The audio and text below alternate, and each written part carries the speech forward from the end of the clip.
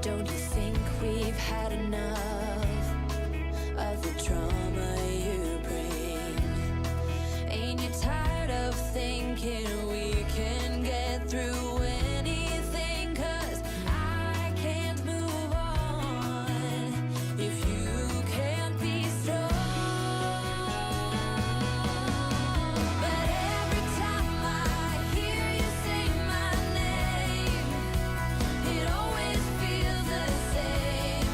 'Cause I've loved you for a lifetime.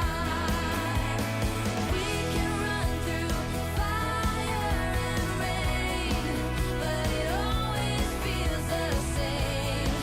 And I'm waiting for a lifetime. So you say you wanna change, but lately things have been the same. And it's my heart you're holding back again. And I can't be strong if you can't move on.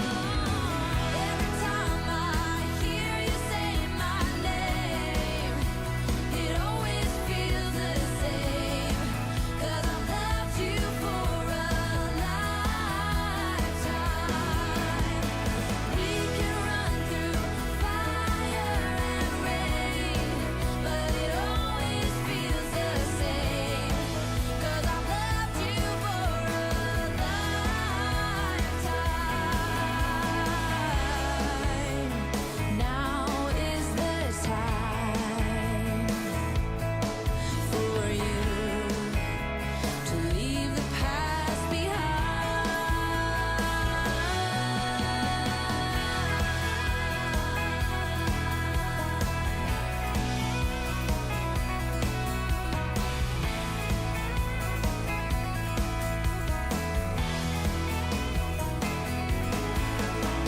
We can run through fire and rain, but it always feels the same.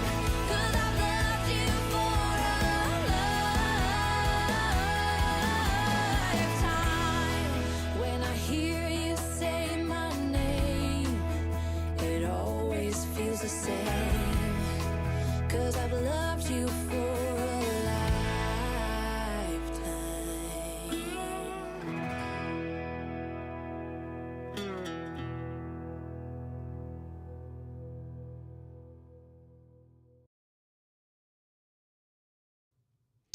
And good shit. It's not morning anymore. It's noon. Good afternoon. Welcome. One and all, JR here once again, coming to you live. I got to turn the snow off now from I was going to say a chilly southern Minnesota, but no. No, it is not. It is a sweltering 90. Is it 90 yet? Let me see here. 84. Okay, sorry. From a very warm, gorgeous, beautiful, yet a little muggy, southern Minnesota. How the hell are you guys doing? Let me know, of course. Let me know. In the comment section, in the chat, via email, via DM, however, just chime in. That's all I ask. Just chime in.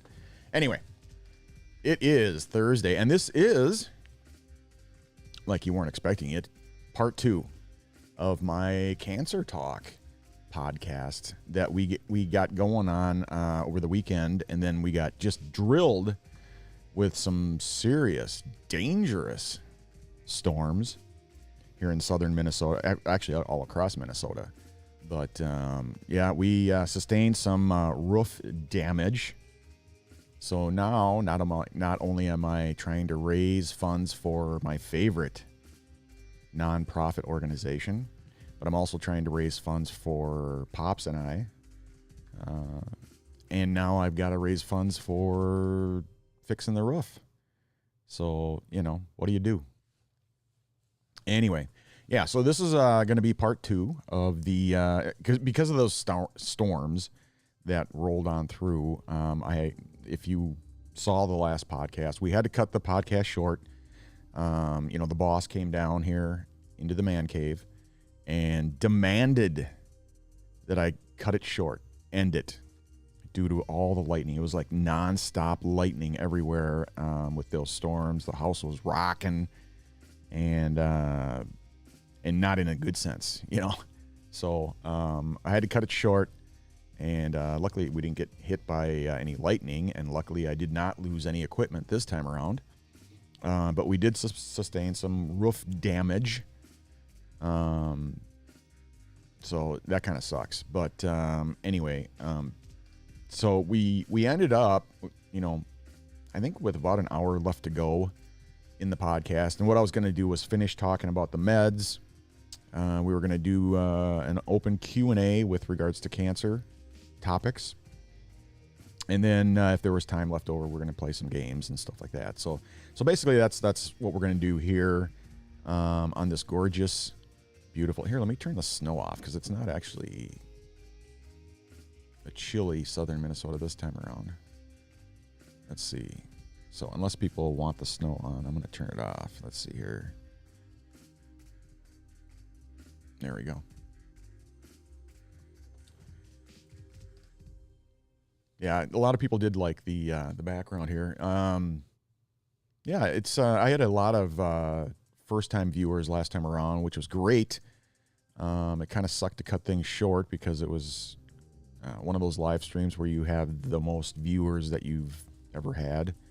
So, you know, just the fact that I was doing a cancer talk, I think just really boosted that viewership, so to speak. A lot of people wanted in on that discussion. So we'll finish it up here. And like I say, we'll do, I just want to finish talking about the medications and then do an open Q&A. And I know there's probably, you know, not going to be, you know, all the people who tuned in last time may not be here. It's a Thursday afternoon, of course. A lot of people are working. But, you know, they'll probably come back and check out the video, the VOD, the VOD, and, you know, afterwards when they can check it out. So I'll make sure I answer those questions that I got the DMs on, answer the questions that I got via email. I only had one text message, so I'll cover that one as well.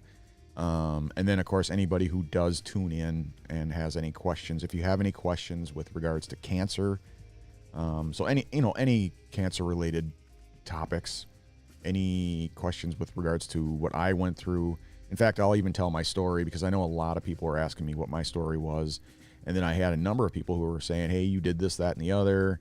I got this coming up, or I went through that, or I did this and that, you know. So we'll cover all that kind of stuff during this live stream. And like I say, that way, if for any reason, you know, if there's current viewers or people who come in and watch after the fact, at least those questions will be answered and stuff like that. But if you have a question, feel free to ask. Just put a little Q in front of your comment or question so I know, you know, because I'm doing a multi-stream as usual, so I'm, you know, looking at all the comments from all the platforms. So I want to be able to pick it out. So just put a Q, you know, like a Q colon and then your question, so I can pick it out from the chatter. So anyway, so again, John Sarzosa Jr. here. I go by JR. So yeah, you can call me JR. Too many Johns in the family. That's how it all started back when I was just a wee nerd, you know, and everybody just started calling me JR, and that's otherwise, you know, if you say John, if you say, hey, John, then you got 8 guys saying, what, huh, what, you know, and it's kind of funny because even my sister, you know, married a guy named John. So you just add another John to the family, and then it's, you know, hey, John, that's another John that's saying what, you know. So, excuse me, too many Johns. So anyway, I've always gone by JR, so just call me JR. That's good enough. Anyway, I want to thank everybody who tuned in last time around. Like I said, it was the most viewers I've had in a long time. And, you know, it was great. You know, I've been wanting to get back to doing my cancer talks, and I want to at least, at the bare minimum, do one a month. And then I'll be posting it to the website. It's the fightingcrc.com website. And yeah, it's important to me, and it's important to a lot of people, and I want to get back to doing at least a one video, one live stream, one, whatever you want to call it, a blog article, and I want to be able to cover, in general, all the cancer topics, but then focus in on one topic each month, so anyway, so like I said, if you have a question, feel free to ask, and we'll go from there. So I think we left off. Is it 1 o'clock yet? Yeah, it is. Okay.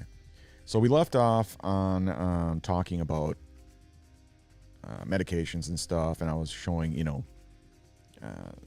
my, whatever you want to call it, the med dispenser, container, whatever.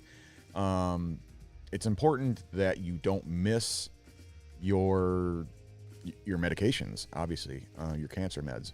And so it's real helpful when you have that container where you have, the different rows. So you got a Monday, a Tuesday, a Wednesday, Thursday, Friday, Saturday, Sunday, and then you got a morning, an afternoon, an evening, and bedtime, container or whatever, so that you can make sure that, if you don't remember, because again, chemo brain is real, I can't remember shit, if you were to ask me, hey, what'd you have for breakfast? I have no idea. None. So when Teresa says, hey, did you take your meds? I don't know. Yeah, I guess so. Well, no, I mean, that's how you check, you look at your med container. If they're still in there for morning or whatever, then you didn't take it. If there's nothing in that little, morning container, then yeah, it's. So that's how you figure it out, and that's how you stay on top of it. Otherwise, as most of you know, it's a pain in the ass. You got your bottle, your prescription bottle, and what are you supposed to do? Count it every single time you can't remember? So if you're gonna just leave it in the bottle, to at least prevent yourself from having to count it, then you should at least have a med journal where you write down, I took this med, at this time, 7 a.m. or whatever.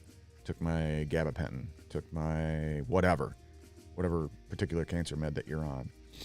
And at least you can keep track in a med journal, so you don't, again, what you're trying to prevent is having to every single damn time open up your prescription bottle and have to pour them all out and count them to see, did I take it?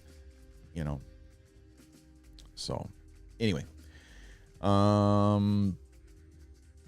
so I had a number of questions about different kinds of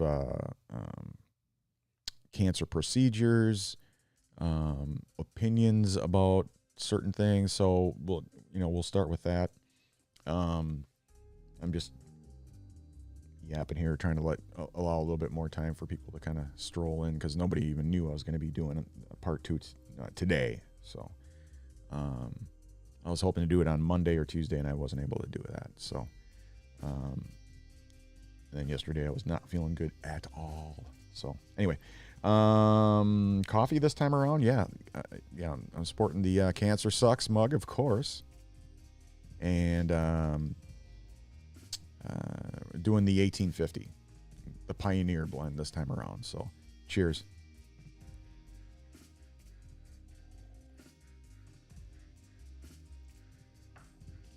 Oh, heaven. Anyhow, again, any questions, type them in the comment section or in the chat, or depending on what platform you're on. If you're on the Facebook, down in the comments. If you're on Twitch, write in the chat. I'm not seeing any comments coming through. Let me hold on a second here. Let me just, I see the comments. I'm just not seeing them on the screen. So let me just do a hard reset here real quick.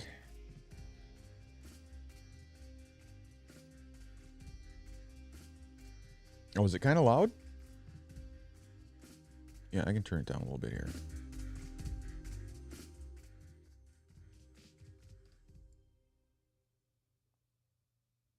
And of course, it has to end right when I'm trying to do the volume here.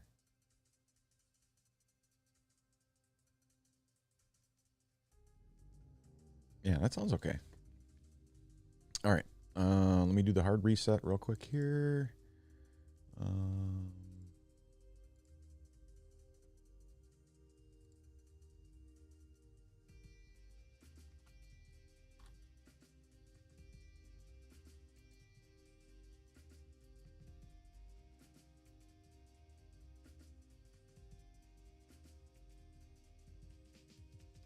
All right.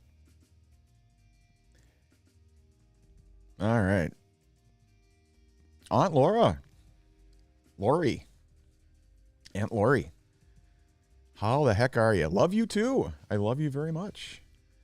I miss you. I miss everybody in the Donegan clan, of which I am a part. Albeit a small part, but part nonetheless, right?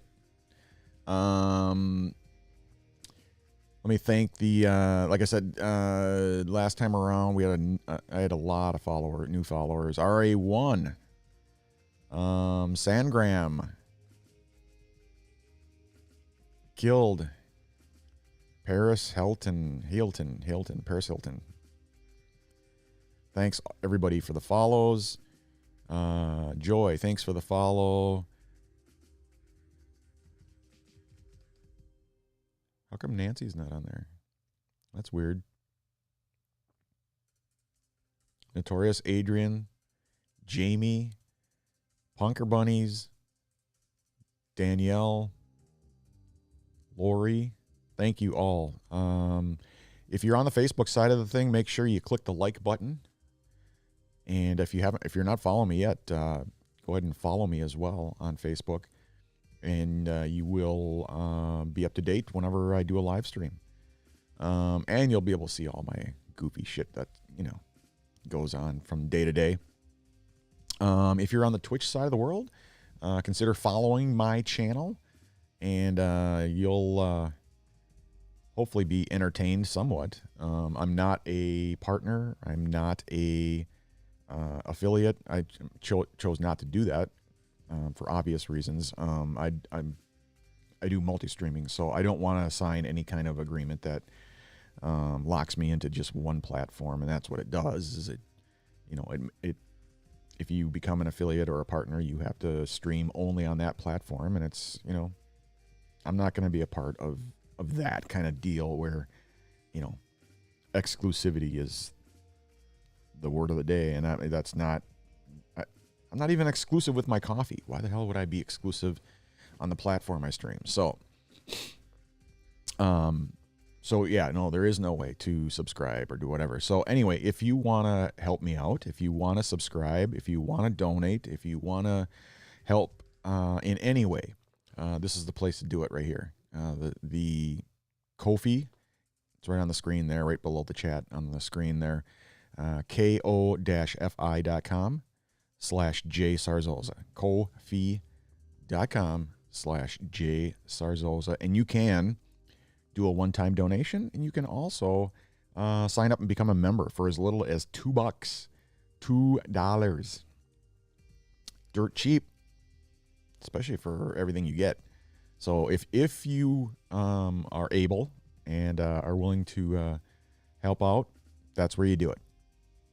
Ko-fi, ko-fi.com/JSarzosa, and you would be helping out tremendously.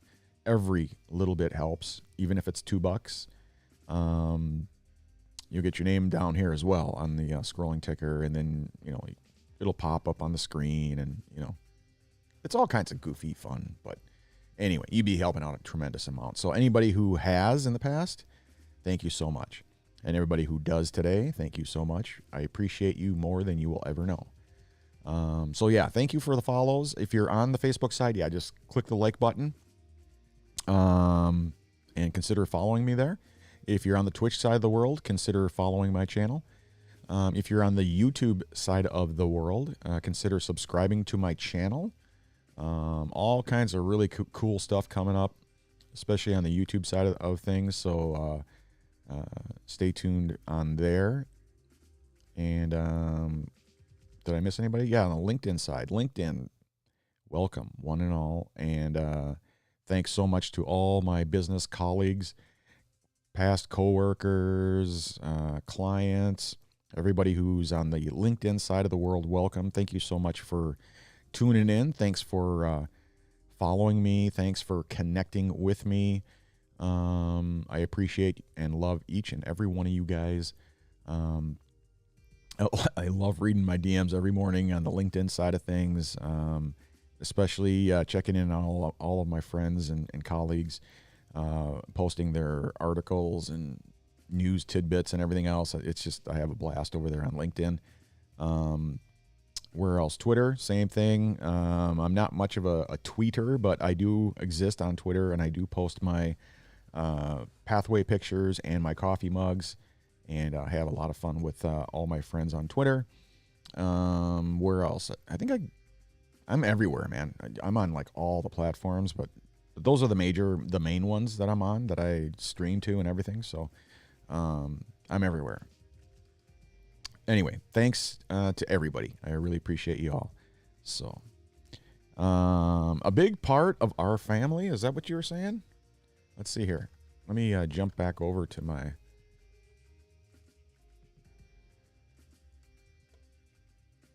There we go.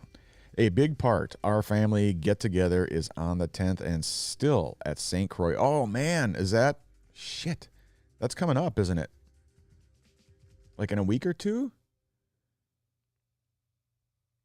Well, I promise to at least try. I will absolutely try to make it this time around. I got to take a look and see. Shit, I should have looked at the calendar. I don't know if I don't know what day my big day is at Park Nicollet, where I got to go in and do all my scans and blood labs and everything. My 90-day follow-up is next week, so I got to see what day that's on. But if I can make it, I will absolutely make it.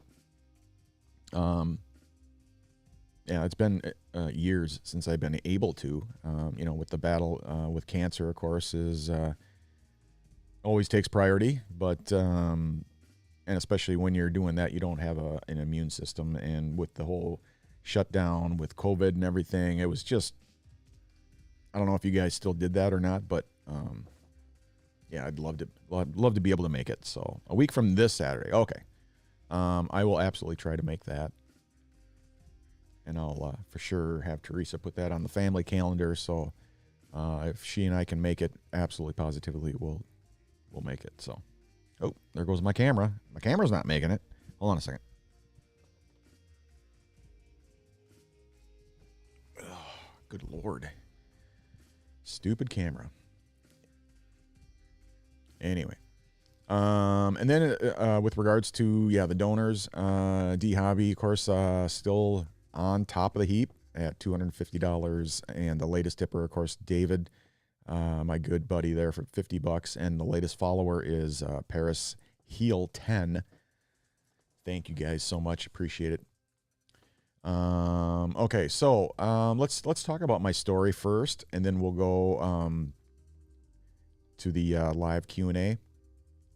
So, and I won't, I'm not going to like drag it out really, really long. Just I'll do the highlights. How about that? But anyway, yeah, so my story basically begins in 2017, over the 4th of July holiday, where, actually it starts in 2016, where I like many of you colon cancer, patients, survivors, we pretty much almost all have the same kind of story, but you get that bleeding going on, and understand, miss you, don't call it a reunion anymore. It's just some of us getting together. Yep, no, I hear you, and I think it would be a blast. I really do. I think it'd be a lot of fun. Let me move that over a little bit. There we go. And yeah, so in 2016, I had lost a lot of weight, and it didn't matter. I was eating like a horse, and just couldn't gain any weight. I was losing weight consistently, and then I started having a lot of, not a lot. Started having some bleeding going on, You get the blood in the stool, and it's like, what is that? And it kind of freaked me out because it's never happened to me before. And so, I went into the urgent care where, of course, they couldn't do anything, from that end of your body. So they're like, you got to, jog on over to the ER and have them take a look-see. And so I went over to the ER, and they're like, and it was the goofiest thing in the world, man. It was, I don't know if you want to call it luck or whatever, but it was one of those, butt doctors. What do they call them? Proctologists. Yeah. And he was on call, or it was his on duty, or whatever you want to call it. It was his turn in the ER that weekend or whatever. And he was like, yeah, you mind if I take a look? I'm like, hey, you're the expert, dude. And I want to, and this is freaking me out. I've never had this problem before. And so he did just a quick exam on me and was like, oh, yeah, dude, it's just, no worries. It's just, what do you call it? Hemorrhoid. It's no big deal. People get hemorrhoids, so don't worry about it. It's no big deal. I'm like, oh, shit. Okay. If it's no big deal, then, if you're not going to worry about it, I'm not going to worry about it. It's just one of those things that people get. And I guess that was the first time I ever had a hemorrhoid. So I thought, and so, it kind of went on longer, month after month, and it just was, kind of on and off at first, and then it became more of a consistent bleeding type of thing. And I'm like, is this really a problem where I'm just going to always have these hemorrhoids, or like, what's the deal? And again, I was consistently losing weight, and, so it was just more and more problems. And, so a year had gone by, and 2017, I started having some chest pains. I'm like, oh my God, and in case you guys don't know, like, back in 2012, I had a massive heart attack.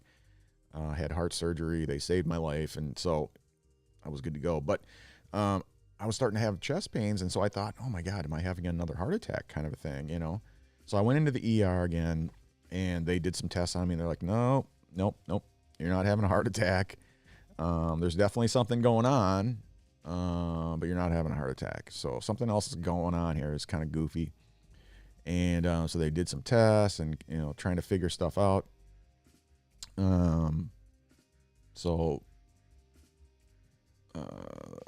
Sorry, I'm reading some messages there. Long story short, they're like, you're going to have to come in, do some CTs, do some blood work, and, try to figure out what's going on. But yeah, don't worry about it. You're not having a heart attack, So, and again, it was another one of those, all right, phew, okay, as long as I'm not having a heart attack, then we'll try to figure it out. So a week later, then I was like having chest pains again. I'm like, oh my God, what the hell's going on here? And it was really making me nervous. So I went in again, and they're like, again, nope, you're not having a stroke. You're not having a heart attack. There's something going on here. Because your vitals are ridiculous. And so they did some blood tests. They couldn't figure anything out that way. So they're like, let's do some CTs. And then they were like, holy shit, there is like, you have a huge mass in your abdominal area. You're going to have to have you're going to have to admit you, and you're going to have an emergency colonoscopy. Of course, it sucked big time because it was the 4th of July. And I'm like, no, I'm going home. And no, they said, no, you have to be admitted that there's something going on. You got bleeding going on. You got heart problems. You got, all kinds of shit going on. And I'm like, no, I'm not going to sit here for days on end while you guys go have fun on the 4th of July and then get to me. Well, the doctor promised me up and down that the very next morning I would have my emergency colonoscopy. And of course, that's not what happened. So, it was the 4th of July. The next morning, nothing. Nobody showed up to work. Everybody was on holiday. I knew it. I'm like, God dang it, So I had to wait another day, and then they all showed up the next morning and then threw me on the docket and rolled my ass into the OR. And I had, of course, the night before, had to do all the horrific prep, for the emergency colonoscopy. And then, so I had the emergency colonoscopy, and they woke my ass up and said, and the first thing I remember is that a Russian lady yelling at me. And it turned out to be, it was a doctor who performed the colonoscopy, and she just happened to be from Russia. So it was, all I knew is she was yelling at me in Russian, half English. And something about why am I doing this? Why did I wait so long? What is wrong with you? Blah, blah, blah. And I didn't know what the hell she was talking about. And then the nurse came in a little bit later and said, hey, I'm so sorry. She just gets this way, and, blames the patient all the time for this, that, and the other, and whatever. But yeah, you have some serious problems. And we're going to need to have you talk to a oncologist and a colorectal surgeon at the same time. Because, you do have a mass in there. It's probably cancerous. They're testing it right now in the labs. So they rolled me back to my room. And the next two people that walked in was a cancer doctor, or an oncologist, and a colorectal surgeon. And so, and of course, my family was in there, and it was not good. And basically, they just said, yeah, you have a massive tumor in the colon. It is cancerous. And it's not good. Your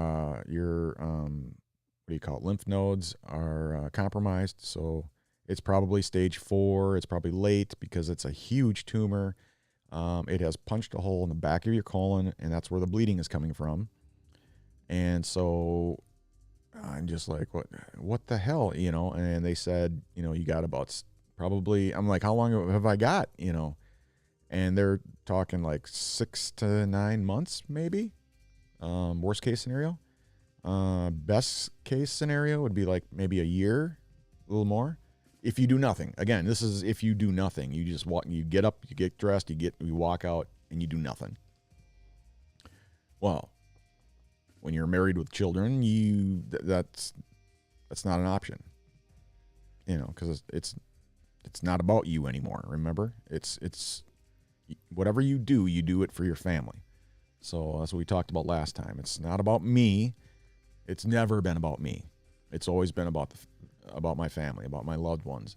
They don't want to see you die. They want, so you do what you do what you got to do, and you fight for them. So I'm like, all right, so let's just roll my ass back into the OR, yank that fucker out, and put me back together again. And they're like, no, that's not how the game is played. You're going to have to do, if you decide you want to fight, you're going to have to do it the way we do it. And the way we do it is chemotherapy and radiation treatments on a daily basis, every single day for 6 to 8 weeks. And, to shrink that tumor down so that the surgeon can have a successful extraction. And so they're like, I'm like, okay, when do we get started? And they're like, well, as soon as possible, whenever you're ready. Well, okay. So, I went home. Of course, my wife's crying. She can't stop crying. My whole family was crying. Everybody's, again, they don't want to see you die. So being diagnosed with either stage 4 or potentially, hopefully, late stage 3 diagnosis of colon cancer, it's, not good. And when they tell you got 6 to 9 months to live, that's also not good. So I spent the next month getting ready, basically. I mean, I'm like, I had to get all my shit together and, do what you do. You get your affairs in order and, get everybody notified, tell all the family members, get your life insurance stuff up to date, get everything ready to go. I had to get work notified and let them know I was working full time, and you just do what you got to do, right, to get ready to go. And so I did that throughout the end of July, all of August, and right away, the 1st of September, 6 weeks of daily chemotherapy and radiation treatments every day, every single day, and wasn't cheap. I had awesome insurance, and like 80 to 90% of the shit that I had to do and take was not covered by insurance. So you want to talk about total bullshit? I had great insurance, as most people do, but as most people who get cancer will find out, that there's a ton of shit that just isn't covered. So my K-Pox, K-Betacine, was not covered by insurance. It's a chemotherapy pill. So I had to do 2 kinds of chemo. That's why they call it K-Pox. K-Betacine is the Xeloda pill that you take every single day or numerous times with food and everything like that. And then you also do the IV oxaliplatin and radiation treatments every single day. So 6 weeks of chemo and radiation treatments. My dad would take me to every day. We'd hit the coffee shop and then go to chemo. Coffee shop, chemo, coffee shop, chemo, coffee shop, radiation, coffee shop, radiation, coffee shop, radiation. I had a blast, absolute blast, and we'll talk more about that later. But anyway, so yeah, it was 6 to 8 weeks, or 6 weeks I did of chemo and radiation treatments every single day. Shrunk that tumor down. Afterwards, so we did September, October, and I went in November, just before Thanksgiving, and did surgery. And they literally ripped my ass apart. Took all my innards out, cut out the tumor. Luckily for me, I had what's called a little bit of margin, so maybe an inch or whatever it is, of margin between the colon and the rectum. And so that rectal column cut on top and bottom, take that out, pull the colon down, suture it all the way around, build you some new plumbing. And while you heal, they disconnect your small intestine from your large intestine and reroute it out of your abdomen and into a bag. So I had to crap into a bag for a year. So while you're healing up, I became what's called an ostomate. I had an ileostomy, which means I'd go to the bathroom in the bag. And I got to tell you, there's some serious negative stigma around ostomies or an ileostomy in my case. But I will be the first one to tell you, it was the best experience I've ever had in my life. And as a guy, I can tell you, not having to sit on a toilet for a year was the most awesome thing in the world for me, in my opinion. You know how it is, when you got to go to the bathroom really bad and you're like, you got to go. Yeah, I got to go. None of that. All gone. Never happens. Never had to sit on a toilet. It was great.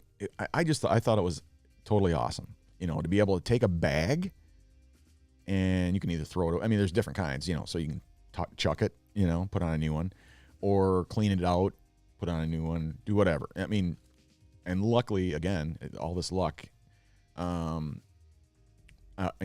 married, so of course Teresa would help me out every time. So I think it was like maybe, what was it, 3 days? I think it was like every 3 days I would have to change the bag, clean up around, do all that kind of stuff. I could still shower, I could do everything as an ostomate. You can do everything that you used to do. It's just that now you have a bag, and nobody knows it because you have a shirt over it, so nobody knows, So again, a lot of, there's a stigma around ostomies and a lot of negativity around it. But I can tell you, as a previous ostomate, And as a guy who had to crap into a bag for a year, it was the best thing ever. So if you're a dude out there, you're a guy, and you're now considering colorectal surgery, it is very likely that you're going to have to become an ostomate while you heal. Sometimes not. It depends on where that. It depends on where the tumor is. But if you have a very low sitting tumor and they have to, and you don't have any margin, or you have a little teeny bit of a margin, chances are you're going to have what's called an ileostomy or a colostomy, one of the two. Colostomy usually means it's permanent, and an ileostomy is typically a temporary thing. Although, I thought it was the most awesome thing in the world, not having to use the bathroom. I mean, how cool is that, And so I told my surgeon, hey, man, if you can't put me back together again, that's totally cool. I'm totally cool with being an ostomate for the rest of my life. I'll keep the bag. And he's like, dude, no, that's not how it works. No, as soon as you're done healing up, I'm rolling your ass back into the OR, and we're going to rip you apart again, open you up, put you back together again, and do a reversal of the ileostomy. We'll turn you back into a human being again, and unfortunately, you're going to have to learn how to use the bathroom again, potty train you all over again as an adult, and then you'll go from there. And I did not like it. I was not a happy camper. I had to learn how to potty train myself again, and a lot of pain associated with it, a lot of problems. But I got through it, and it was a hell of a journey, I can tell you that. And so I'm no longer an ostomate. Apparently I'm a human being again. Who knows what? But to this day, I still have problems. So I just really wish I could have kept my ileostomy, and but apparently that wasn't an option back then. I have heard of people who have had so many problems afterwards, after doing the reversal, that they go back to being an ostomate and do a colostomy. But I did not fall into that category where it was a requirement or a necessity or whatever.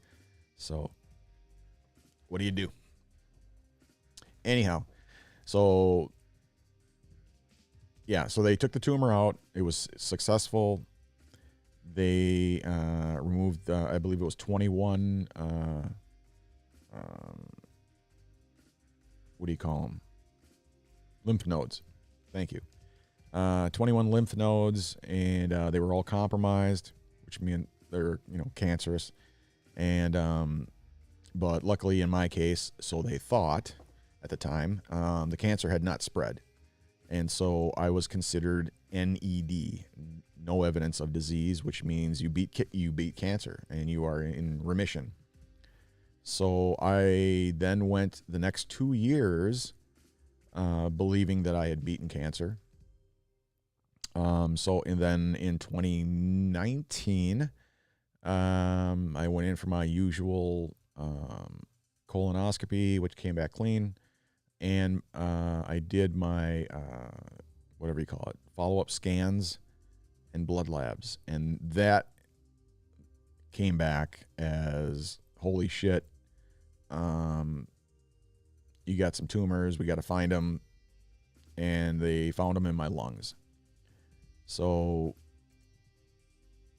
for the second time, I was going to have to do it all over again. And, chemotherapy, radiation, and surgery. So had, not a happy camper again. Teresa was a wreck. And so I had to go through everything all over again for a second time. This time around, instead of the abdomen, the colon, all that, now I had to do the chest part. And so I had a tumor in the lung, and it was in just a horrible spot. It was nestled up against the aorta, which just meant that, you can't have your average surgeon go in and take it out. You had to have what's called what do they call those surgeons? Cardiothoracic surgeon, heart lung surgeon that knows what they're doing when it comes to the heart and the lungs. And so I went in to have surgery, and once he got in there, he realized that, crap, can't get it out without killing him. So, the hope was to deflate the lung, pull it away from the heart to kind of play things safe and stuff, remove the tumor, reinflate the lung, put it back in there, and you're good to go. Did not turn out that way. So, unfortunately, he had to take the lung, not the whole lung, but they did what's called, I think it's called a lobectomy. And so they go in and they, literally cut the lung in half, take the lung out, suture up what's left of the lung, put you back together again, and hope to God that your lungs picks up and starts breathing on its own in a few days. So they, probably have to have you on a heart lung machine for a little while and breathing and all that shit for you. But luckily for me, it boom kicked in right away, like literally right away. So they were shocked about that. So I'm like, okay, so he doesn't have to be on life support. Let's, and then the next step would be the ICU for a few, 4, 5, 6, 7, 8 days, whatever you need to be in there for. But my breathing was fine. My heart was fine. My lungs were fine. Everything was fine. They're like, whoa, what the hell? So, I think I was out of there in a day, and they rolled me into a hospital room and unfortunately for me, they put me in the wrong section of the hospital. They put me in general surgery, where people have, surgery for a broken leg or a collarbone or whatever the hell.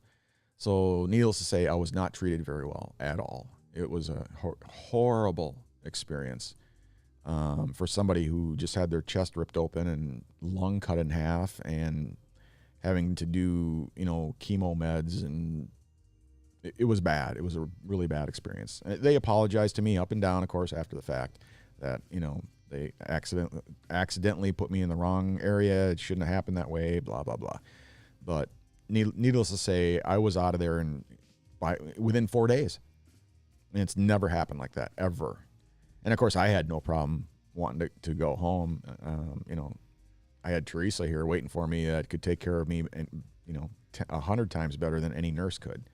So, so I came home, and she took care of me and nursed me back to health. And so I thought again for the second time that I thought I beat cancer, and went back for my 90-day follow-up. 90 days, that's all it took, man. And they came back saying, oh, shit, now you got tumors in the other lung, and you got these suspicious spots all over your kidneys and liver. So I'm like, are you effing kidding me? Like, what the hell, man? This is the third time I gotta battle a third time? What the hell? And they're like, well, we didn't see it. We didn't see the tumors. We didn't see anything on the blood labs. We didn't see anything on the scans. I mean, we thought you were good to go, but apparently not. So I'm like, oh my God, again, this isn't about me. If you're married with children, or even if you're married, whatever, it's not about you. It's no longer, it's never been about you. It's about your family. And so that's why I do what I do, and I fight the way I fight, and the things that I do for my family. I don't do it for me. Because left to my own devices, I would have gave up day one. I would have said, hey, if it's my time to go, it's my time to go. See ya. But that's not an option. You don't get to do that. So,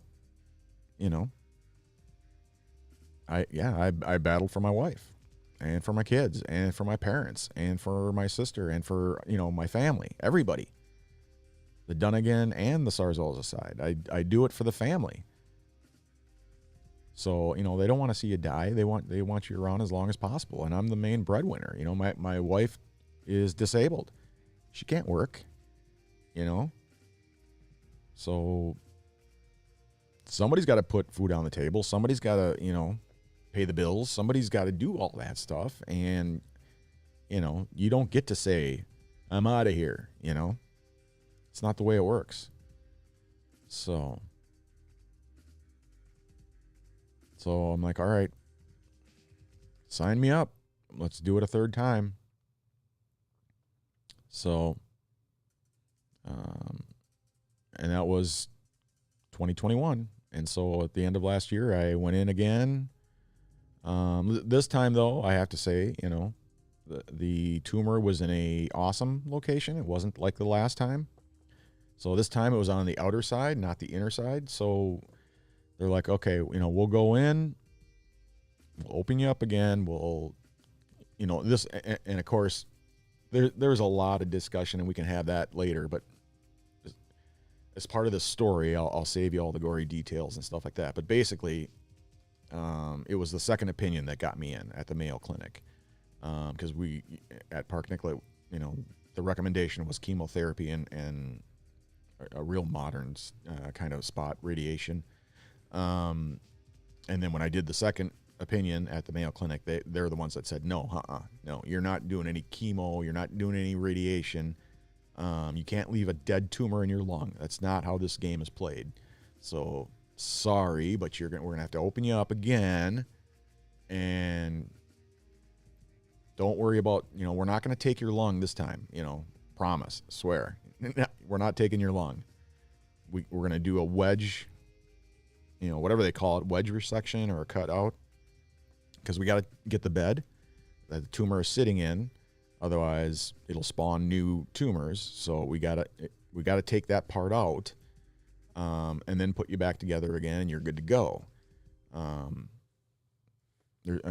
Yes, there's always risk associated with lung surgery and this wedge resection stuff, because again, I only have half a lung on the other side over here. I can't live with just half a lung, or you can, but I don't want to be hooked up to any machines for the rest of my life. So I agreed. I said, okay, you're giving me your word. You're not going to take my lung, and leave me on machines the rest of my life. Then let's go ahead and do it. So they went in and did it. It was a beautiful job. They got the tumor, they got the bed, they put me back together again. So the surgery was awesome, phenomenal, great group of people, everything. The hospital stay again was horrific and horrible. Probably the second worst experience I've ever had. They did not have a pain management. Jesus, hold on a second.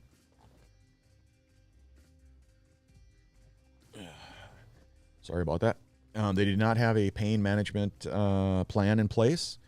And when they finally did put something together, it was not good. I was in constant pain the whole time. Luckily, I was only there for a short period. I'd say maybe, 3-4 days. And I'm like, I'm going home. Again, Teresa can take care of me 10 times better than any nurse here can. I have a pain management plan at home.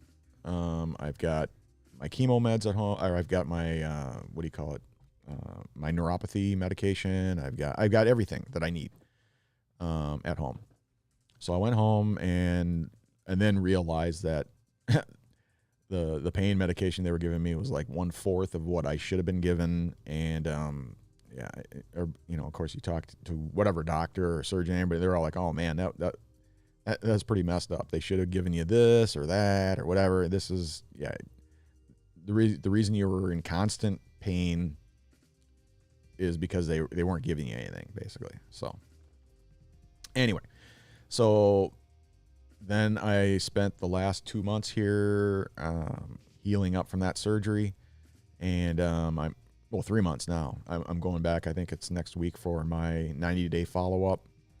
And hopefully all is good. Everything is clean. Everything is clear. We're in the clear. The blood labs will look nice. That's the hope. Because during this past 90 days. I had to have my dad go in and do his his colonoscopy, his follow-up, his scans, his blood labs, everything, and it came back horrific. It was worse than mine. So it's genetic. So I got it from my mom's not sick. So I knew it was my dad. And sure enough, he's been suffering silently, not telling anybody, and of course taking care of me so he wouldn't take care of himself. And he finally went in, and once needless to say, he was fully, just as bad as me. So now he's going to have to go through, he chose to fight, and he's going to have to go through everything that I went through, unfortunately. So I'm hoping here when I go in next week and get myself checked out, my 90-day follow-up, post-surgical follow-up, that everything is good, everything's clear, the scans are good, the blood labs are clean, so I can focus all my efforts on helping him get through what I went through. So, anyway, so that's the long story short. Of course, there's a million and one things that we can talk about in every aspect of what I talked about, whether it's chemotherapy, whether it's radiation treatments, whether it's surgeries, whether it's, the tumors, the lymph nodes, the whatever, pain management plans, the hospital stays, all that stuff. I've been through it 3 times. 3 times. And I don't know if I got a 4th time in me. I'm not a cat. And that's what I always tell people. I don't know how many lives I got left in me.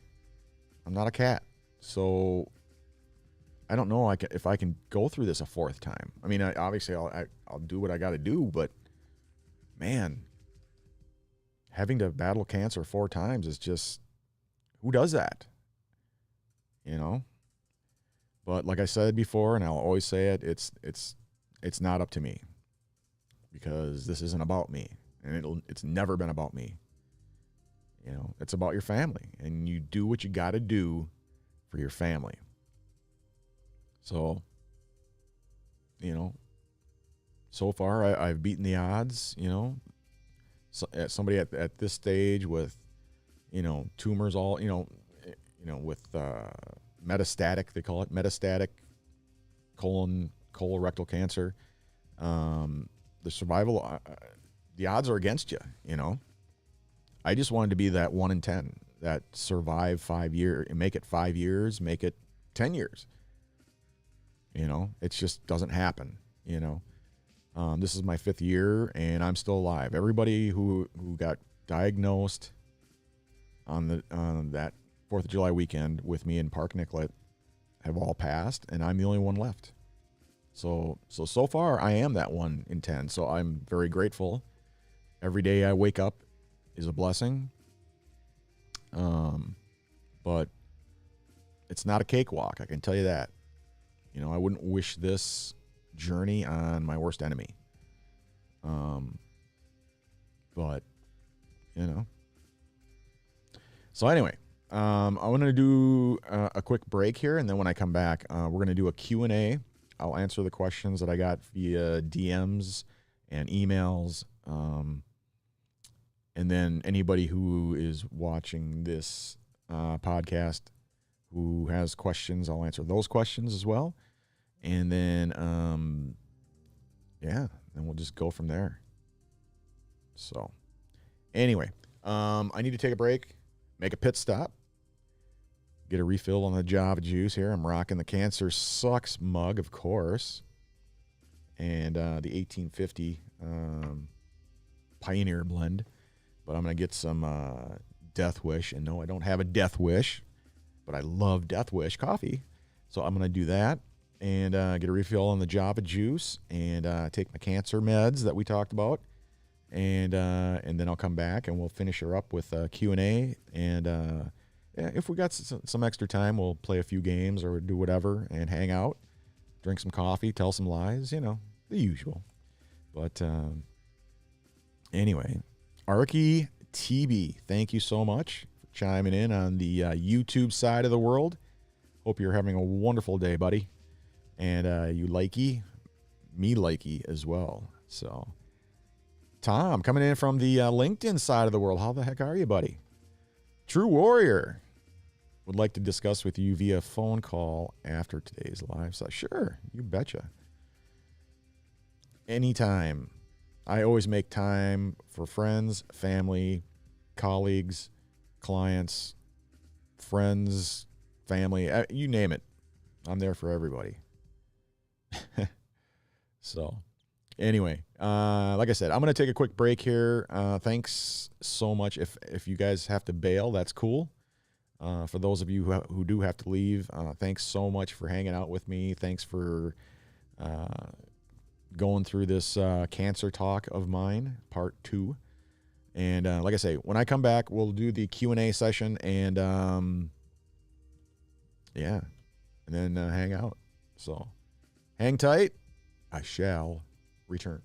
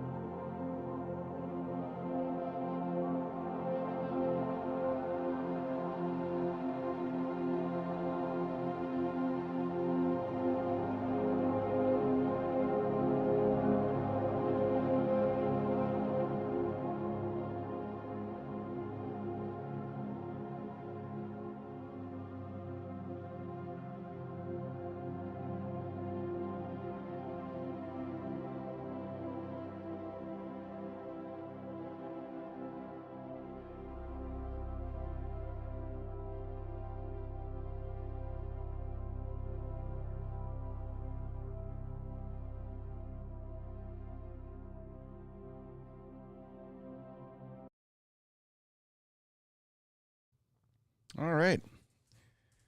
I am back. Sorry about that. I had to take a break. The usual, the pit stop, the refill on the Java juice, take my cancer meds, blah, blah, blah. Anyway, sorry about the volume on that. I didn't realize that that thing was cranked like that. Jesus. Anyway, yeah, it's an audio issue problem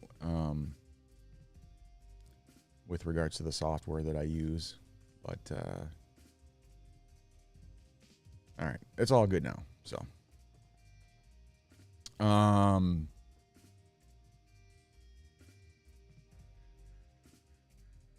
just going through all the comments here. Okay, so what we'll do is a Q&A right now, and then for those of you who are actually watching the podcast, and you feel free to ask a question if you'd like.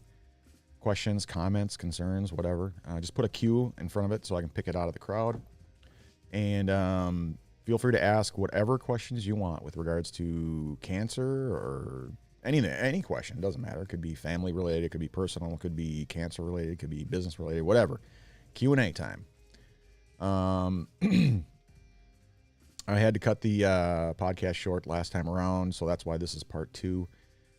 Because of the storms that rolled through here, southern Minnesota. Like I said, we got hammered pretty hard with severe storms, and with all the lightning and everything, I didn't want to lose any equipment, so we had to shut it down. So that's why we're doing that today instead. And so I do have questions from last week. I do have questions that came in through DM, through emails, etc. So I'll answer those first, and then we'll move to the chat. So, but yeah, if you're watching, feel free to ask any question you want, and then I'll get to it here as soon as we're done with these that came through via email and DMs. So I had a number of people who asked questions that were related to the medications and stuff like that. The chemotherapy that I was on was called Capox, so capedicine and oxaliplatin. Oxaliplatin was the hardcore one. That's the one that's a killer. That is what caused the massive neuropathy, massive nerve damage that I have, is associated with the oxaliplatin. So any of you cancer patients, any of you cancer survivors, current, past, survival, whatever you want to call it, who have gone through chemotherapy with oxaliplatin, know exactly what I'm talking about. Where it comes to the pins and needles, for me it was in the hands, the feet, and the tongue. Still have it to this day. It's just something I have to deal with every single day, and so a lot of people were asking me how I deal with it and what do I take. So how I deal with it is I take medication for it. It's not a cure. It's not it's not something that's going to fix the nerve damage. It's not going to bring those nerves back. What's done is done. What's damaged is damaged. Whatever's dead is dead. Yes, oxaliplatin does kill cancer, but it also kills a lot of other stuff too. So, but I did it because it had the highest success rate. I believe at the time in 2017 it was 83%. It might have been 93. Maybe that's what it was. 93% success rate. And so I said, yeah, I'll do that. That's the one I want. And of course they tell you, all right, well, but it comes at a price. There's a price to be paid. And I didn't care. I'm just like, if it works, it works. That's what I want. I want what works. So I did it. And so, yeah, I ended up with massive nerve damage. We stopped when I started getting black splotches on my feet, which were the nerves were actually dying. I couldn't feel my legs and feet.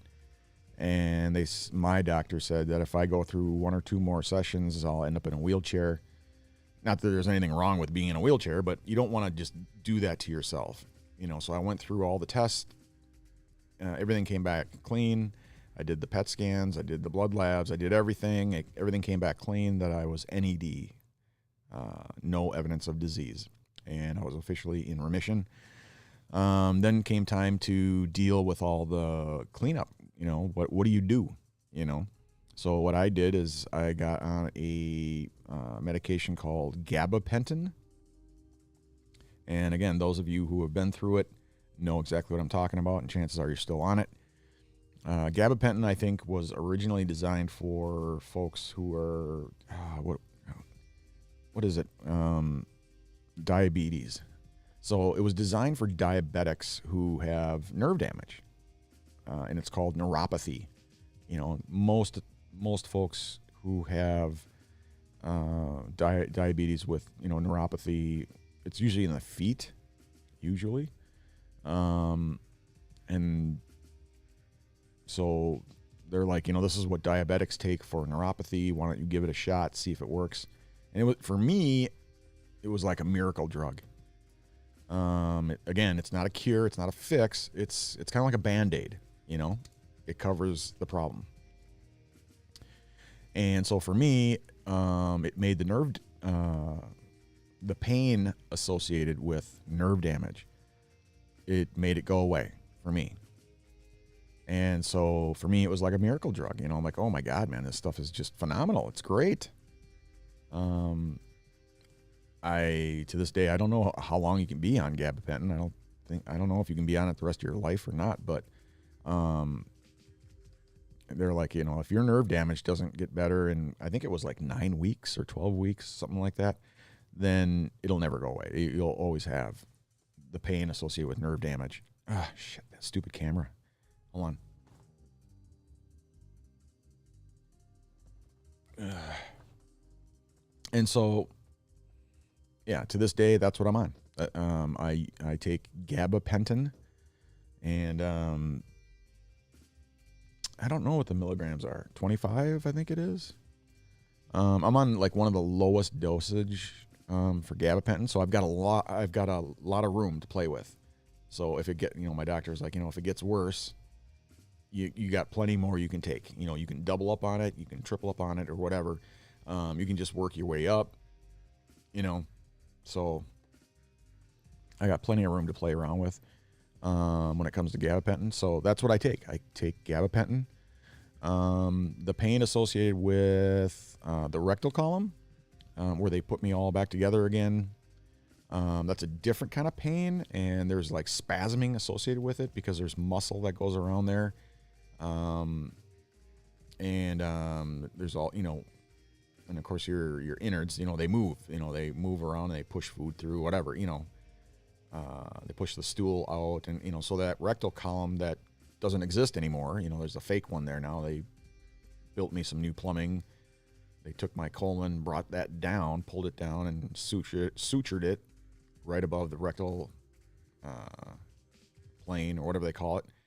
The sphincter muscles associated with, right around there. There's a lot of pain and spasming associated with that. And so what I take for that is a medication called Flexeril. Flexeril is let me see. The medical name for it is cyclobenzaprine. Cyclobenzaprine. 5 milligram tablets for pain and spasms associated with the muscles. So for that area, and it works, it's phenomenal. It absolutely, when it starts spasming, I drop to the floor. It's that painful. It's so bad. You can't walk, you can't stand. So I take that, and it stops this, I'd say within 15 minutes, the spasm is gone. So it's a phenomenal, again, it's not a fix. It doesn't make it go away or whatever, it's just like a Band-Aid. It covers, the pain and stops the spasming and stuff like that. So like the gabapentin, it's just one of those things you take, and yeah, it works great. I will say though, when it comes to, and again, I'm not a doctor, so I'm just telling you what works for me. not what'll work for you. I don't know. No idea. But what works for me is that. And but I will say that one of the side effects to the cyclobenzaprine, the Flexeril, is it's basically a muscle relaxer. It stops your innards from moving. So naturally, you can't even go to the bathroom because it just stops. It stops your colon from moving, and so it is one of the things I also take then for if I have bathroom issues, if I can't stop going to the bathroom, whether I typically don't get diarrhea. It's just once you start going, you can't stop going, kind of a thing. So it'll just empty your entire colon because I can't stop it from going. So I don't have those muscles associated with holding it anymore. When you got to go, you got to go. So, but as a side effect, it stops your innards from moving, and so then I can't go to the bathroom for 3 days. Which is great, but then not so great when you do go. So, and how often do I eat? Yeah, I do kind of look like I'm skin and bone now. I weigh less than I did in junior high. So I eat once every 3 days. And again, I'm not a doctor. I'm not a nutritionist. I do what works for me. And because I have so much pain associated with eating and going to the bathroom and stuff like that, I'll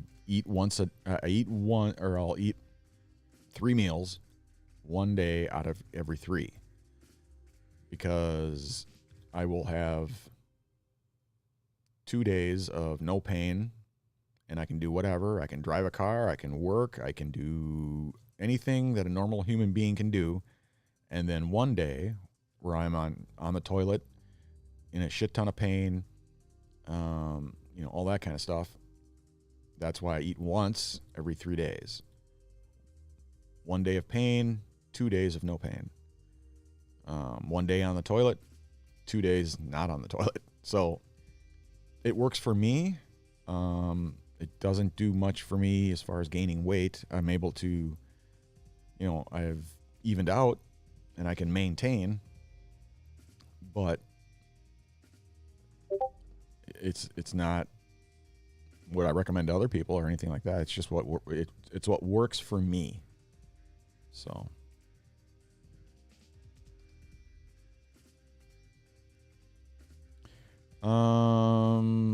David says, okay, so he's having surgery. Is it October? Okay. At the Mayo Clinic. What happened at the Mayo Clinic? Like I said, it was a successful surgery. They got the tumor. They got the bed. It was phenomenal. They did a beautiful job. Did a wonderful job putting me back together again, closing up my chest, putting me back together again. It was just the aftercare. I just assumed because it was the Mayo Clinic that they had their shit together, but they didn't. So there was no, what do you call it? There was no pain management strategy in place.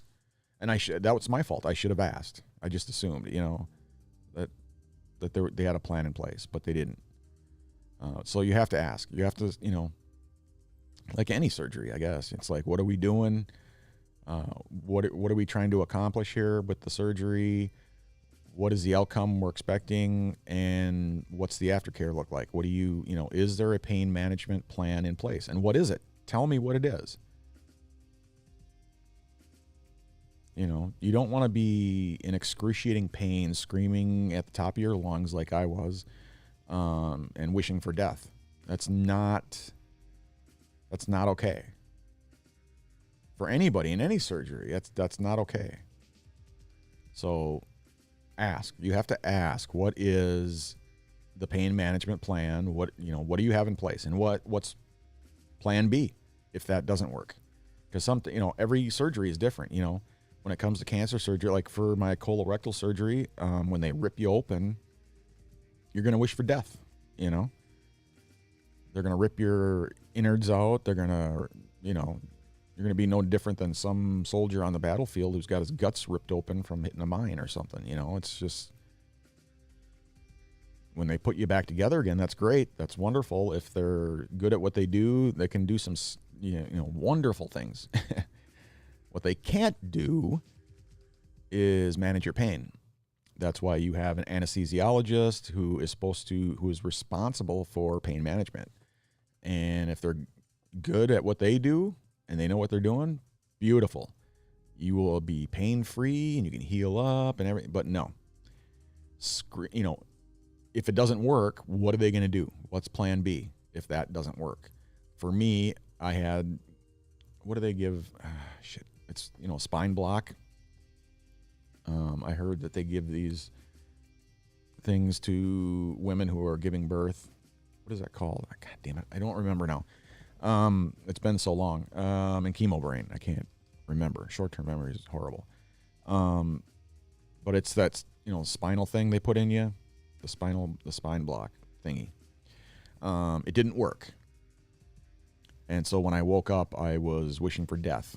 Literally. Screaming, yelling, hollering, whatever you want to call it. Writhing in pain. Again, that's not okay. That's not a good thing. So the surgeon was going off on the anesthesiologist in front of me, telling him to do his job, and to get that pain under control because, the nurses were crying, for God's sakes, because I was screaming and hollering, and they couldn't even do my vitals because I was out of control. And he had no plan B. So, again, you have to ask. If this doesn't work, what's plan B? What do you do? So for me, it was a morphine pump that he defaulted to because he didn't know what else to do. He's just like, I don't know, put him on morphine. So every 10 minutes, I was getting a squirt of morphine, which took care of it for 10 minutes while I passed out. And then when I woke up, I was screaming in pain again and completely forgot that I'm supposed to be pushing a button. So yeah, it's not okay. Wishing for death, excruciating pain, writhing. No, that's not okay. So ask what the plan is and what do you do? What's plan B? What do you do if it doesn't work? And don't let them say, I don't know. It should work just fine. No, I want to know what plan B is. So.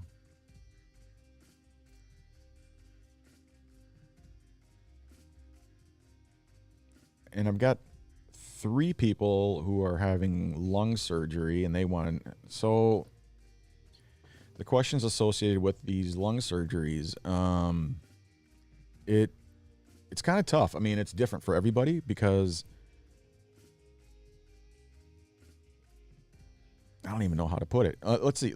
It starts off with as you already know, it starts off with a biopsy.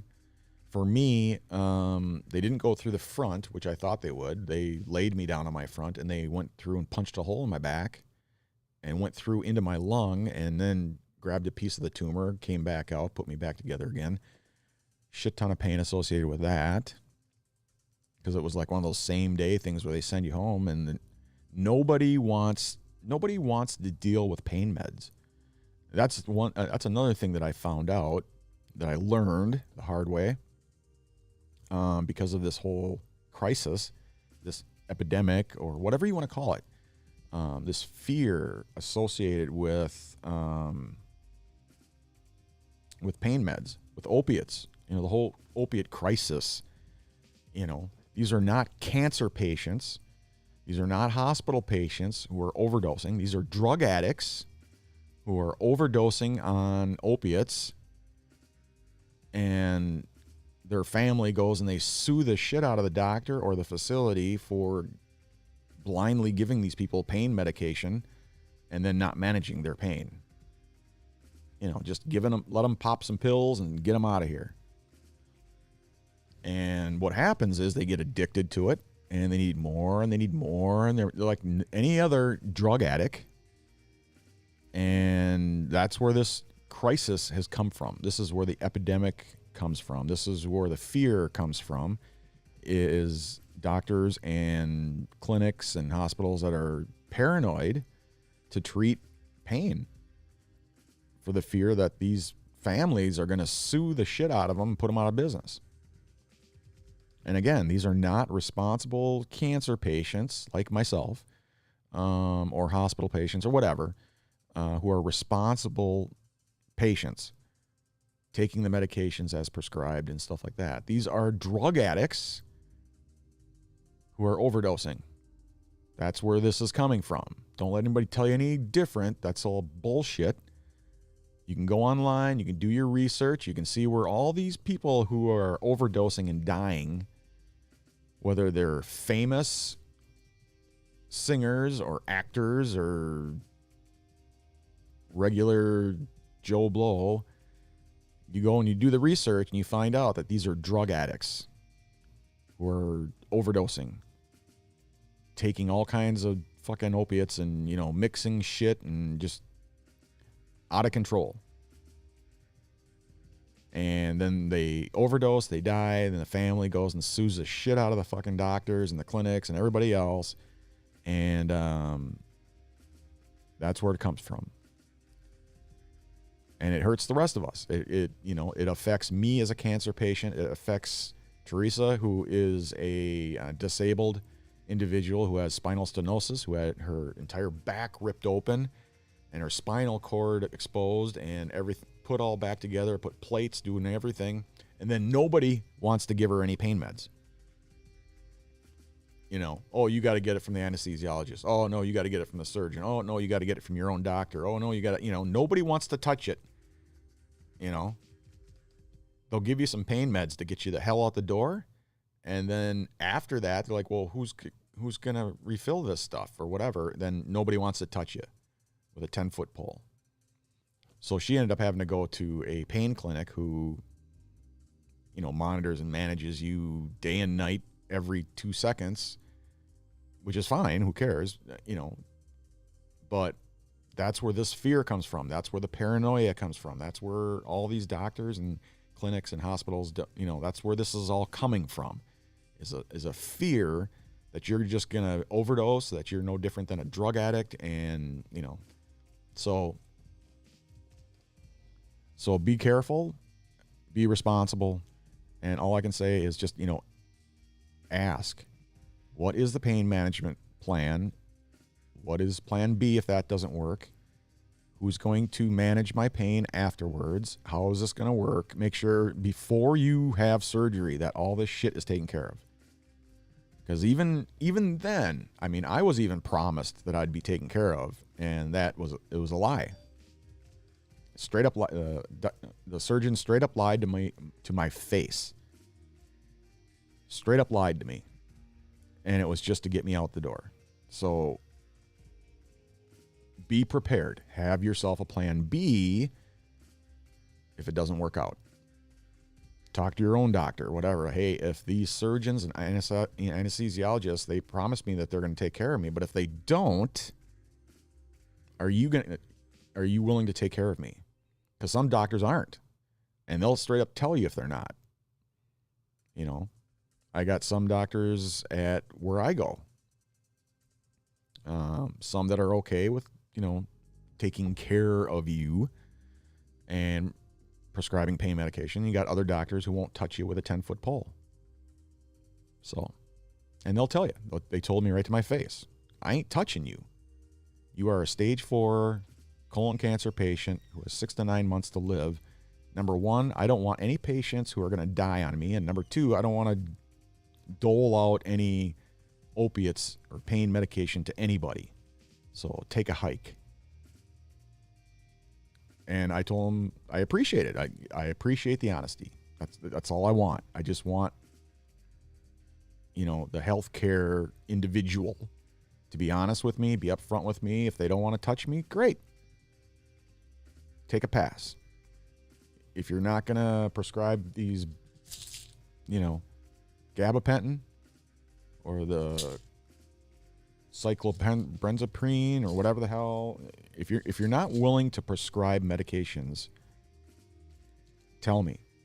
And they will. They'll just say, "Yeah, I'm not touching that shit, man. Take a hike." Cool. Great. Because I don't want to find out after the fact. After I've had surgery and I'm at home trying to heal up, and then you got to what? Find some doctor who's willing to help you out? You don't want to be in that situation, and a lot of people are. So to answer your question, and actually I killed 2 birds with 1 stone on that one, that's what I recommend. Make sure there's a plan B in place from the anesthesiologist, because, yeah, the Mayo Clinic is wonderful. They're awesome. They're phenomenal. They're great at what they do. They can perform miracles in the OR. But it was just my experience that the aftercare, once you got into your once you got into your hospital room, everything fell apart. So make sure there's a plan B in place. Make sure there's a plan A in place, because they didn't even have a plan A for me. And make sure there's a plan B in place. And then once you go home, make sure there's a plan in place, because you don't want to be in a situation where, you know, you all of a sudden all your doctors and your nurses and your surgeon and everybody else doesn't want to touch you with a 10-foot pole. So, speaking of Death Wish Coffee here. Sporting the Cancer Sucks mug. Cheers.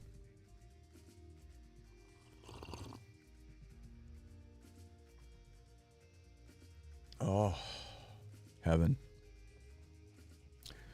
Anyway, so hopefully I answered your question with regards to the Mayo Clinic, because I do know that there's a number of you who have sent in questions with regards to the Mayo Clinic, and it's not, you know, there's nothing wrong with it. You have nothing to fear when it comes to the Mayo Clinic. They're great. They're wonderful. They're awesome. Just make sure they got their shit together.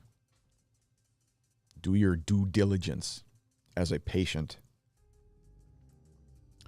What am I trying to accomplish with this podcast? Well, again, if you missed part 1, I highly recommend you go back after this and watch part 1 of this and get the answer to that question in greater detail. But the bottom line is, I'm trying to get back to a consistent presence when it comes to the cancer-related type stuff. The website, the blog, and the podcasting. So my goal is that I want to do, at the bare minimum, at least 1 podcast or live stream, whatever you want to call it, a month that is cancer-related, that I can post up onto the website, the fightingcrc.com website, and maybe do 1 or 2 blog articles. I want to be able to help out, just because I didn't have it. I didn't have the help. I had to do a lot of research because it just wasn't available back then. I want to help out cancer patients, caregivers, and healthcare providers when it comes to colorectal cancer, CRC, or whatever you want to call it. Colon cancer, rectal cancer, colorectal cancer. In the UK, I believe they call it bowel cancer. I just want to be able to be another source of information. I want to be able to help out and to provide inspiration and hope to those who have none. So if I can help just one person, one individual, one caregiver, one cancer patient, one doctor, it's worth it. It's absolutely worth it. It's my way of, giving back, or whatever you want to call it. It's just, free information, man. It doesn't cost a dime. I mean, if you want to donate, you can, right here. But it's just, that's what I'm trying to accomplish. That's my goal, to help out cancer patients, caregivers, and healthcare providers. To learn more about it, to get information, to get suggestions, whatever. Just trying to help out, man. That's it. But yeah, if you haven't seen part 1, I recommend going back and after this and checking out part 1.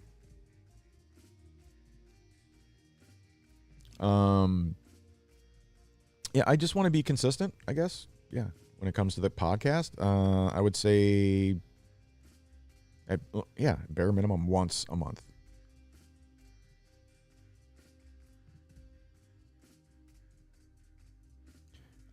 With regards to the questions on working, yes, I do still, I don't know what you want to call it. I do work, but it's on the side kind of thing. I'm considered fully disabled.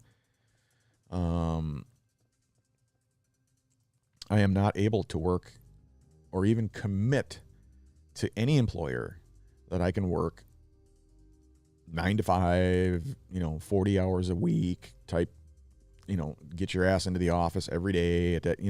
I cannot commit to that. I just can't. Physically, I cannot do that. Mentally, I can't do that.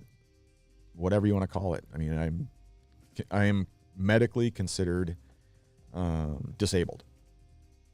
And so I am on Social Security disability, but I do work on the side. You're allowed to work part-time or whatever you want to call it. You're able, you legally have the ability to work.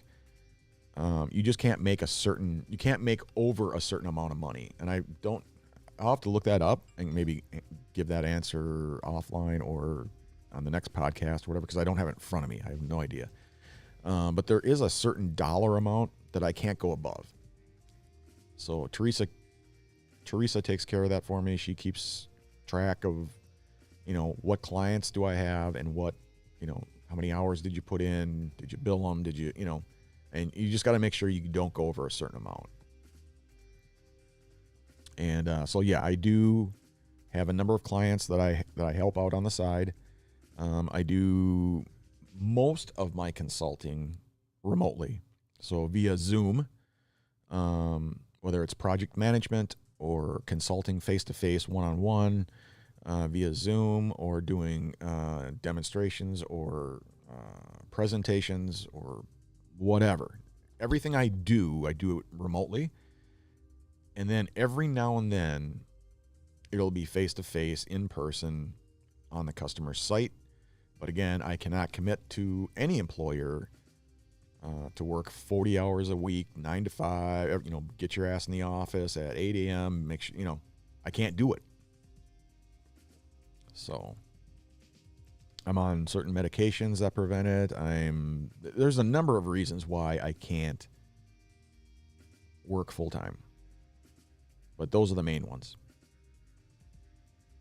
But yes, I do have clients. Yes, I still do consulting. Yes, I had a lot of questions come in from the LinkedIn crowd about consulting. Am I still consulting? Am I taking on new clients? Am I still doing, I do help out a number of clients, mostly accounting and finance. There's some sales and marketing, a lot with regards to IT or technology. I've been doing this stuff for like 25 plus years, probably 30 years. And so there's a lot of value there that my clients gain from my knowledge and experience, and can't find anywhere else. I have experience that most people don't have. I used to have security clearance. I used to work at the Mayo Clinic, and I helped build that whole infrastructure, the support infrastructure that's in place today. I was a part of that way back in the 90s when they built it. Everything used to be departmentalized: hardware department, software department, Mac department, PC department, mainframe department. Everything was departmentalized. And they had to bring everything under one roof, the CTS, or the Communication Technology Services, that had to be put together. And I was part of that crowd. They called me up. They actually found me on, if you remember the Yellow Pages. Remember back in the day, they had these Yellow Pages, these big books. That's where I advertised my business back in those days, in the early 90s. And that's how they found me and said, hey, we're looking at needing a mainframe expert, a Windows expert, and a Mac expert. and they couldn't find a Mac expert, and I was the only, knucklehead advertising in the yellow pages for Mac support. Because back in those days, the Mac support was really coming from a couple of retail stores. So yeah, that's how they found me, and so I've got a ton of healthcare IT experience, which then I did consulting for United Hospital, and then I was the IT director at Neurosurgery Associates for a number of years until they got bought out by United, and so healthcare IT, I know that stuff inside and out, and even the place that my family doctor, they got, 14 clinics in the Twin Cities. Everything they have, they got from me. Everything. Computers, laptops, Wi-Fi system, even their medical records software, they got through me. I worked with a company out of Boston, Massachusetts, and I put them together. And so, when it comes to the consulting side, I cover all areas: sales and marketing, healthcare, IT or technology, accounting and finance, operational efficiency, you name it, I do it all. So there's not many people who have the experience that I have when it comes to building, running, and growing a small business.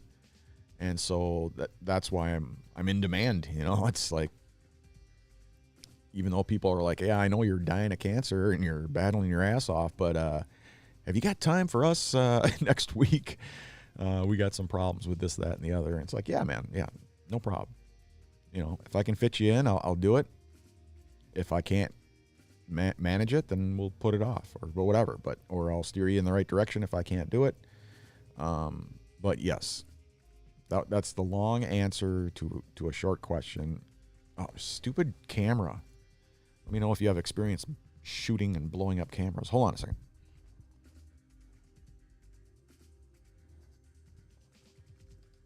Oh, hate that thing. All right. Let's see. I think that was the last question that came in through email. So let me check the DMs.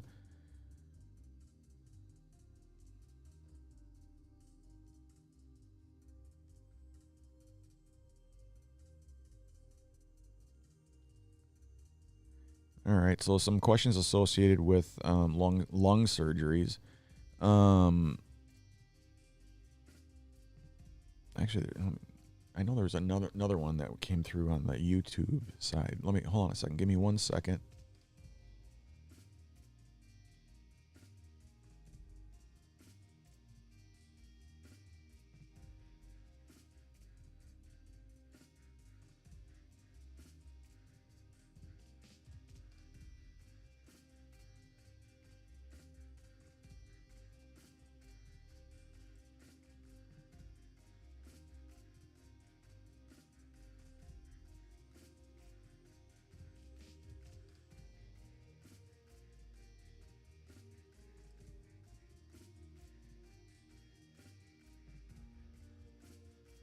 It says this page isn't available.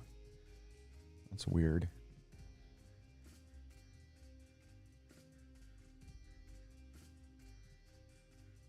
All right, let me jump over to the meta.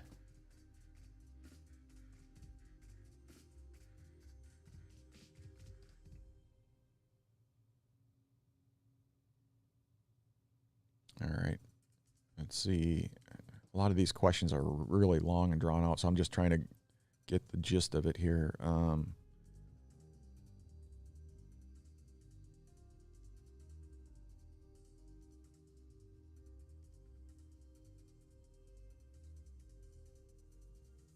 right, so Lee is asking, I'm getting ready to go through the same lung surgeries as you.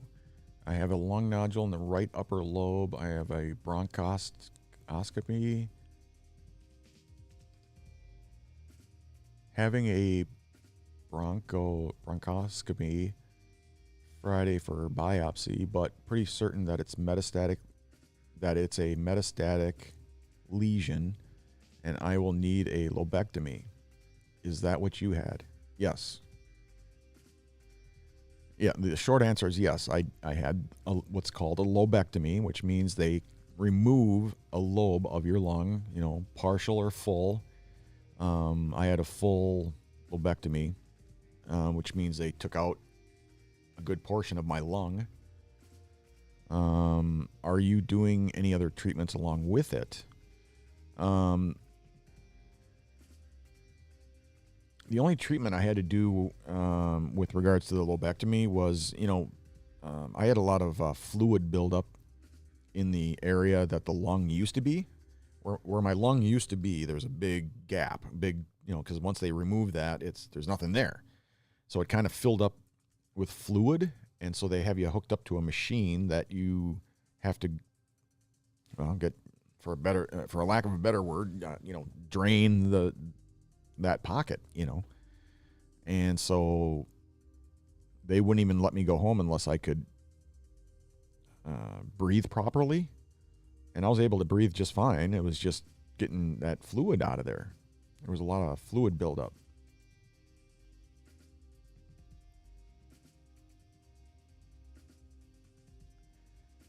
And I got some other questions here. If you don't like answering it says if you don't like or don't want to answer these questions, it's understandable. I have no problem answering cancer-related questions, obviously. That's what the Q&A is all about.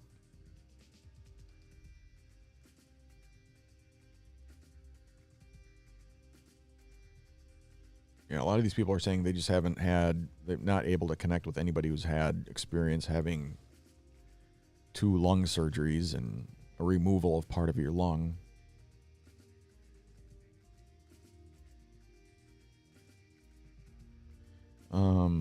For some reason, the lung surgeries seem scary to me, and it seems more scary than what I've already had. Maybe it's just a fear of going back into treatment in general. Anyway, I hope you're doing really well. So, everybody's different, and I guess, there's always going to be some fear associated with a surgery or a procedure or just cancer in general. I don't want to say that I was never fearful. I've always had concerns, and I was always, on the day of surgery, a little nervous, or, there's some fear associated with what if it goes wrong or whatever, blah, blah, blah. But, I've always had great surgeons, and, they always, of course, tell, if you have a really good surgeon, chances are they're pretty cocky anyway. And, what they always told me was, if something goes sideways or it goes bad, you're not going to know about it. Why? Because you won't wake up. So don't worry about it. So I've always been a really, really, really positive person, just because I have the ability to look at things a certain way. And the way I look at it is, if things go bad, I'm not going to know about it. If I die on the table, I'm not going to know about it. But on the flip side, I do know what happens and what it feels like when surgeries go bad and they do go sideways and you wake up and you want to wish for death. I know what that's like. I don't fear it. I just, due to my experience, I just know now to ask for, ask questions. What's the plan? And, have you got a plan in place? What is it? What is plan B? Blah, blah, blah. You have to ask questions, because if you don't ask, no one's going to volunteer the information. No one's going to tell you about it. They just want to get you in and out. That's what I've learned. That's been my experience. So unless I ask those questions, I'm not going to know. So the only thing I can tell you is, don't fear the lung surgery. If you're going to have any fear, it should be associated with the aftercare. How are they going to deal with you? What does the aftercare look like? What's the pain management plan? What's plan B if that doesn't work? Make sure to ask your doctor that if the surgeon the anesthesiologist, the hospital, whatever, the clinic, whatever, if they all of a sudden on the day of surgery decide they don't want to deal with you, is your doctor willing to help you out? Because you don't want to find out after the fact. Believe me, trust me. So otherwise you're going to end up in the ER and with nobody wanting to touch you with a 10-foot pole. So, excuse me. If your doctor doesn't help, then all I can recommend is like a pain clinic. There's lots of pain clinics. If you're like me in Minnesota, there are pain clinics you can go to. But yeah, that's where the fear comes from. That's where the paranoia comes from. It's doctors, clinics, hospitals, whatever. They're paranoid that you're going to overdose and sue the shit out of them or something. So.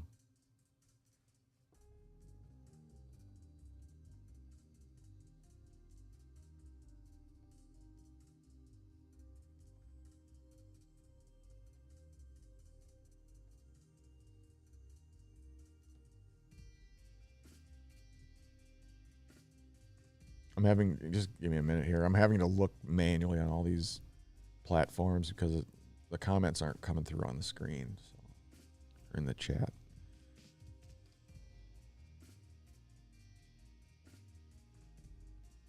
Just give me a second. I'm going to force reset it.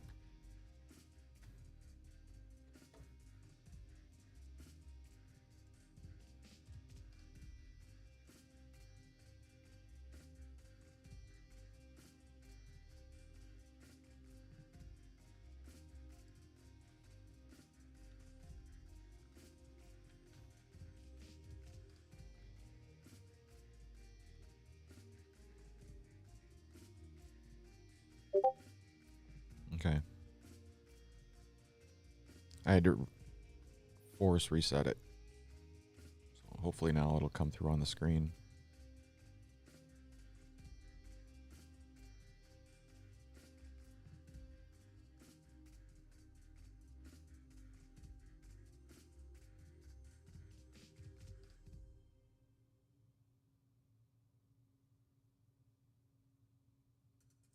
All right, we got about, 5 minutes, 6 minutes left to go. So questions, comments, concerns?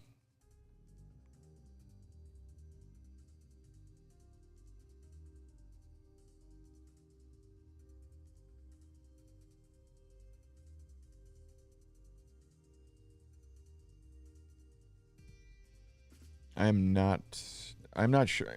My status, I'm in a holding pattern. So next week I'll have my 90-day, even though it's been 120 days, but it's my 90-day follow-up, post-surgical follow-up. So I got to do my scans. It's CT scans, a PET scan, blood labs. The hope is that everything comes back clean so I can focus all my efforts on my dad, who is now going through everything I went through. So...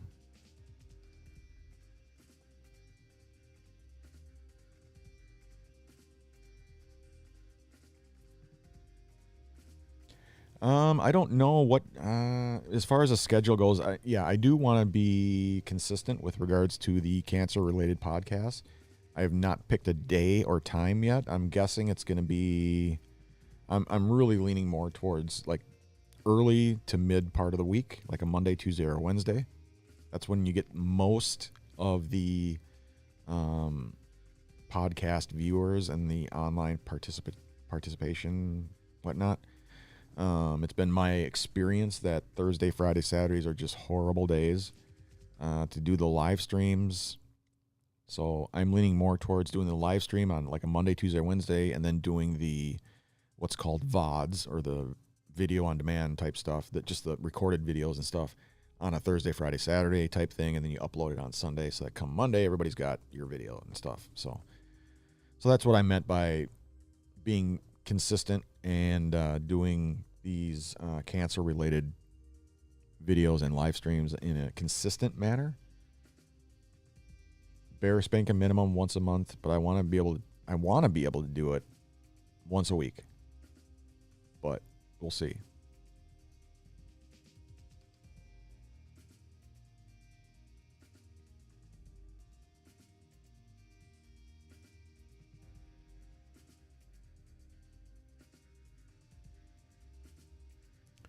An ileostomy is just basically they disconnect the small intestine from the large intestine, reroute it out your abdomen and into a bag.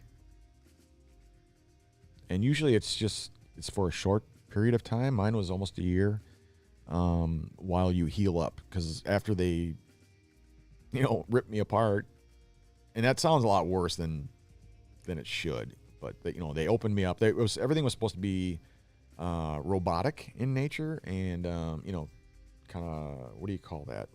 Orthoscopic and robotic. But once they got in there, they found that they couldn't do what they wanted it to do, and they ended up having to open me up. And then once they did that, then they were able to, pull out your intestines and, do the resection of the tumor, cut the colon all the way down to, they had a little bit of margin. I had like maybe an inch, if that, of margin or space, extra space between the colon and the rectum. And then, put me all back together again, and then I had an ileostomy for almost a year, not quite a year, but almost a year.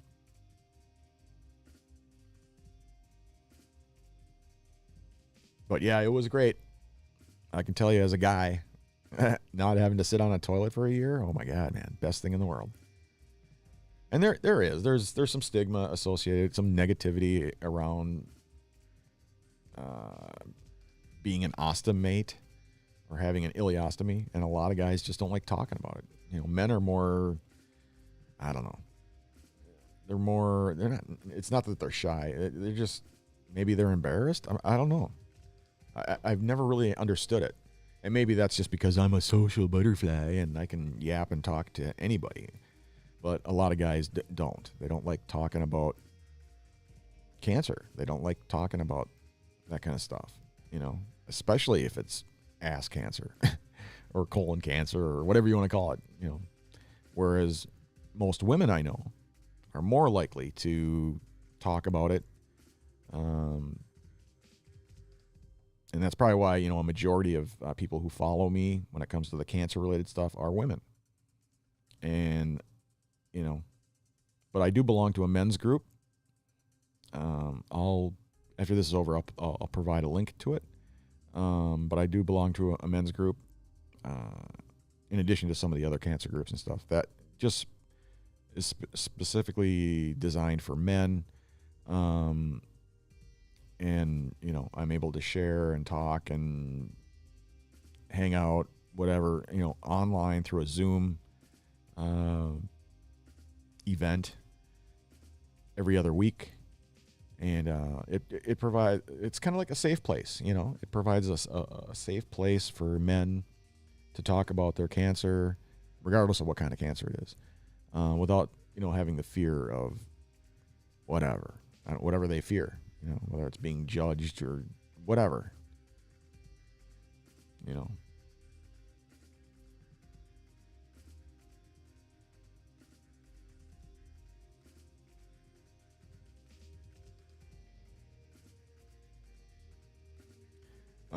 With regards to getting my shit together or getting my affairs in order, that came from my own fear about leaving my wife behind, and not making it. It's, the odds are stacked against you. When you have stage 4 colon cancer, the odds are not good. The survival rate is not good. It is the second leading cause of cancer death in the United States. That's pretty bad.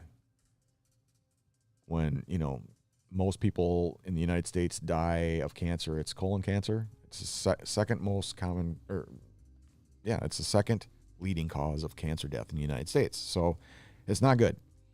So, I had to get my affairs in order, which meant, making sure that my doctors all were up to speed, making sure that financially my wife was taken care of, making sure that my life insurance agent knew what was going on, and, should I not make it, that he'd be on my front step the next day with a check for Teresa, so she could, pay off the house, pay the bills, go out and party, whatever. Just kidding. Just kidding. Whatever, just, I wanted to make sure she was taken care of. I wanted to make sure the bills were taken care of. I wanted to make sure my business related type stuff was taken care of. Make sure my employer was taken care of, just making sure that I had all the, making sure all the I's were dotted, T's were crossed. That's what I meant by making sure you got your shit together, make sure everything is in order. You don't want to leave your family holding the bag for stuff, basically.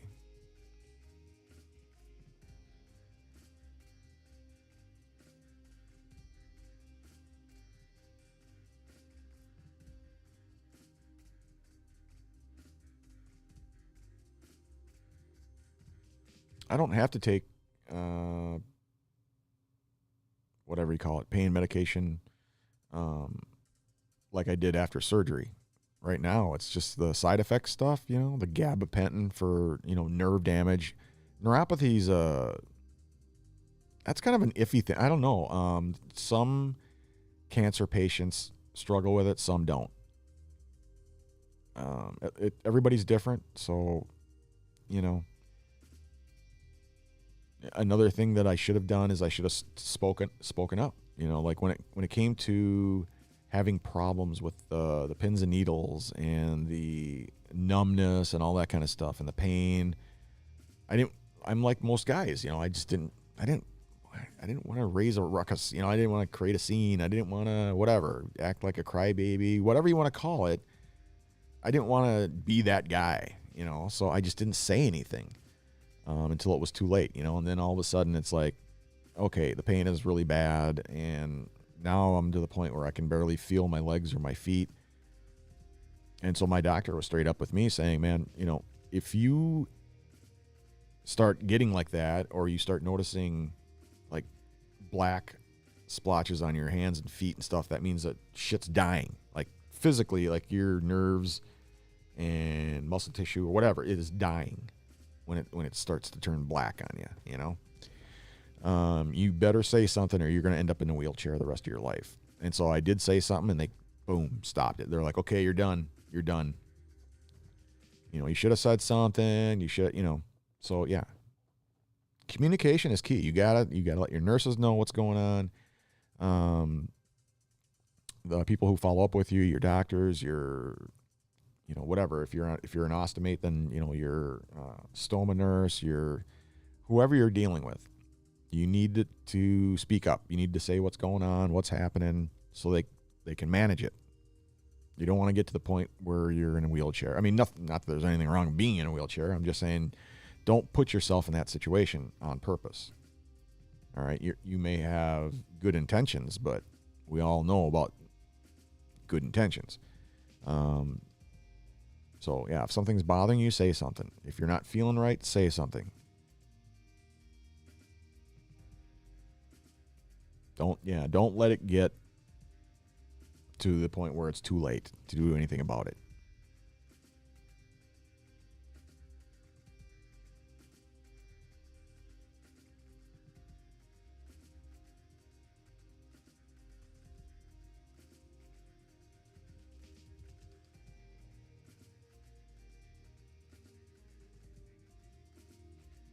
I notice a lot of like a majority of the questions that I get that are cancer related are fear related.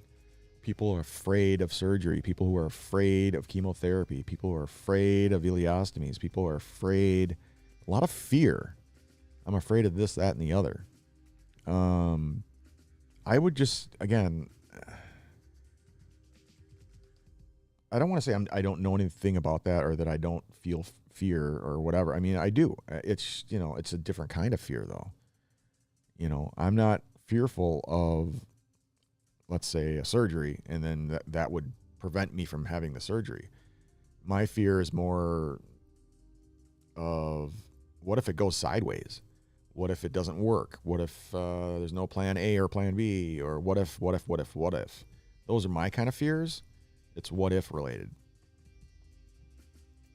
I'm not afraid of, and again, it's probably because I've been through it 3 times, so I'm not afraid of cancer. I'm not afraid of the battle. I'm not afraid of chemotherapy. I'm not afraid of surgery. Again, I've been through it 3 times. But yeah, if you're afraid of those things, then I would say that either the doctor, the nurse, the surgeon, whatever, haven't done their job.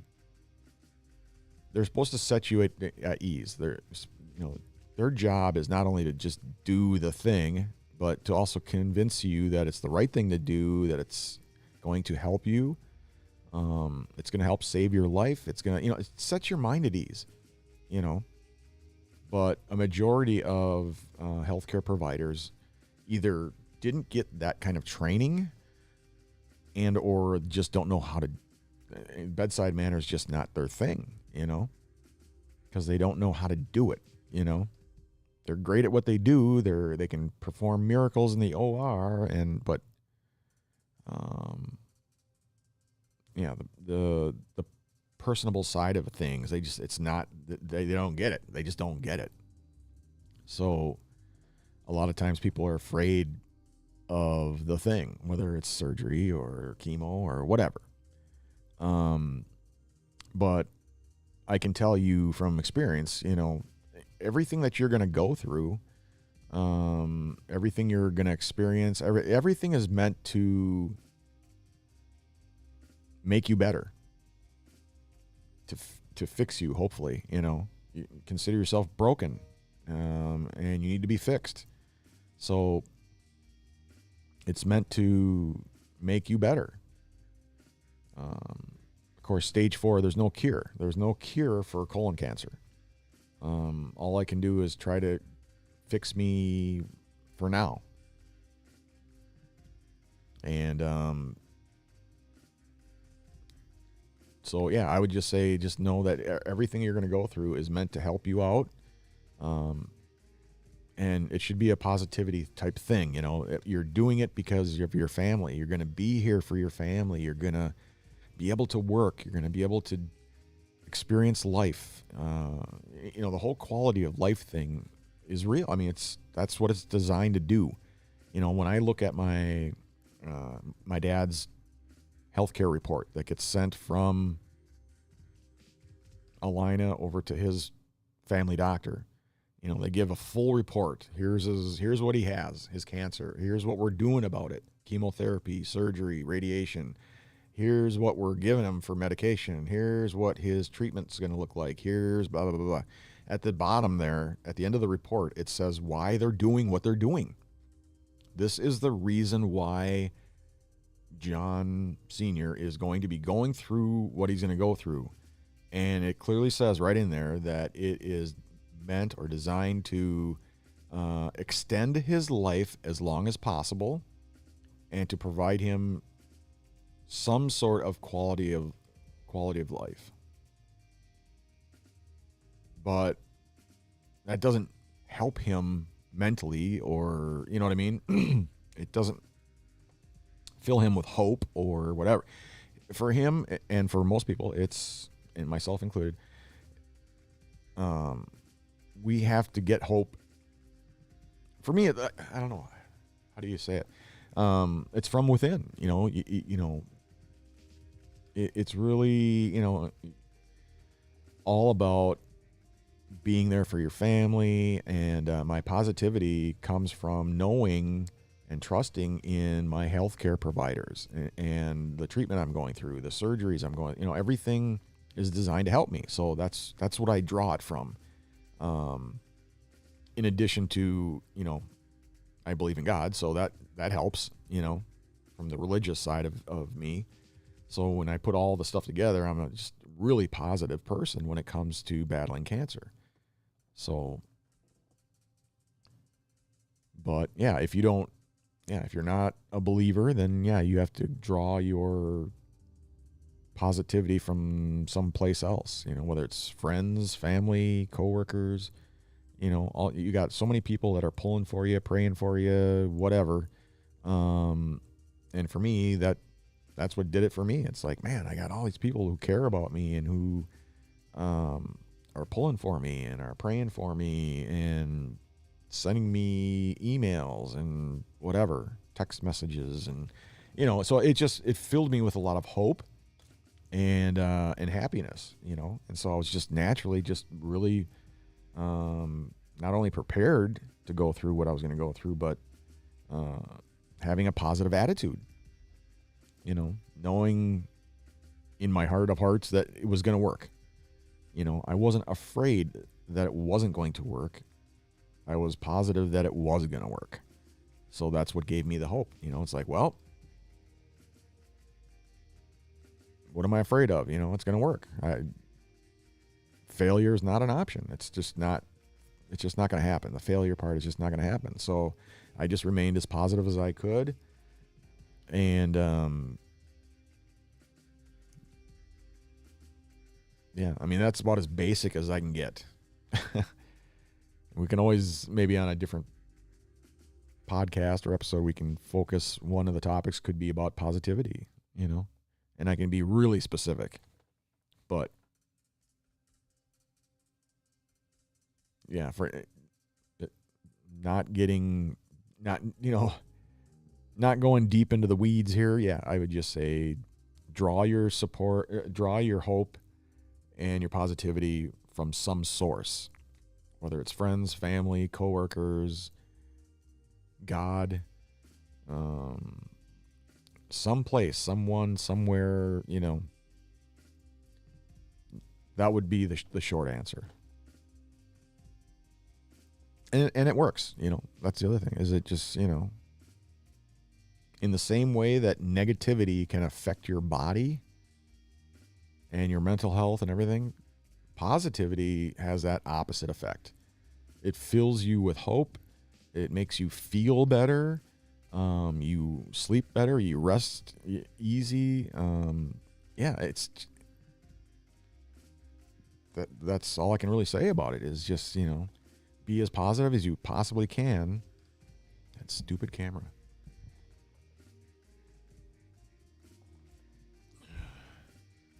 Just be as positive as you can. Yeah, just draw it from somewhere, someplace, someone, some way, and it makes you feel better. And you won't have that fear. You won't have that anxiety. You won't have any of that stuff. I mean, why would you? I mean, if you're an extremely positive person and you're drawing your hopes and you're from someplace, someone, some way, there is no room for negativity. So,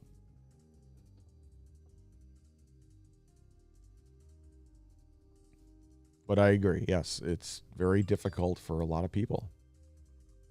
And it's been my experience, it's usually people who don't have family, who don't have a lot of friends, who maybe for some reason has gotten just, had some really bad experiences, whether it's hospital related or clinics or whatever. In the same way that positivity comes from someplace, the negativity comes from someplace as well. And it's usually a fear of, or a distrust of, or no family, no religion, no none of that stuff. People who are on their own, who, stuff like that, It's usually the opposite of positivity. But I can tell you that in the same way that negativity has that effect on your body and in your healing process and all that, positivity has the opposite effect. So yeah, if you're naturally a negative person who's just not doing well, who's not feeling well, who's not sleeping well, who's not, draw your positivity and your hope from some place, from someone, some way, somehow, because you will feel better. You will heal better. You will, all that, it'll be the opposite of the way you are now. Join a group. I belong to a men's group, not because I feel like I needed to be a part of a men's group. It was just I was invited one time and I thought, that's a great idea, because that has been my experience, is that most of these groups that I belong to are filled with women. Not that that's a problem. Not, I have no problem with that whatsoever. But when it comes to talking about my issues, there's a lot of times some of the women can't relate to it because they're not me, number one, and they're not a man, so they're like, I can't relate to that. I don't get it, So it's helpful in some instances to be a part of to be a part of a men's group, because I can talk to them about male things or whatever. We can relate to one another because we have the same gear. I don't know how else to put it, but I belong to both groups. So all I'm saying is, if you're in need of support and you don't want to be a part of a group that has women in it, then join a men's group.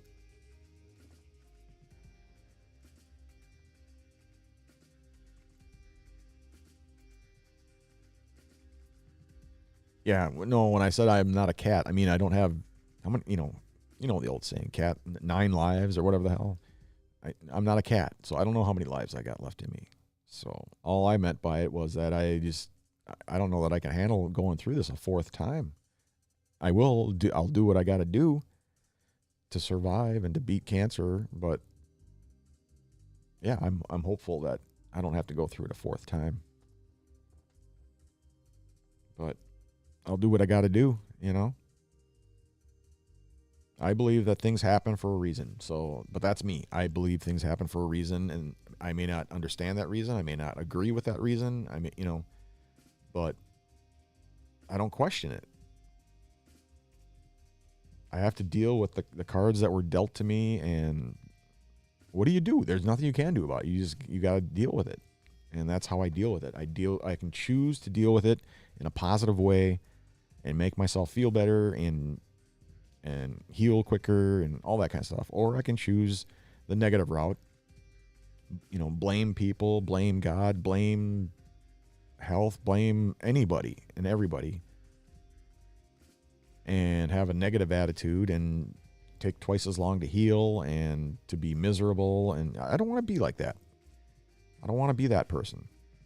I want the positive side, so I choose to go that route. And if I can't be that person, then I will get as much help as I can, whether it's a group, a cancer group, or get help from doctors or from other cancer patients or whatever. I'll do what I got to do to find that happiness that will then help me with hope.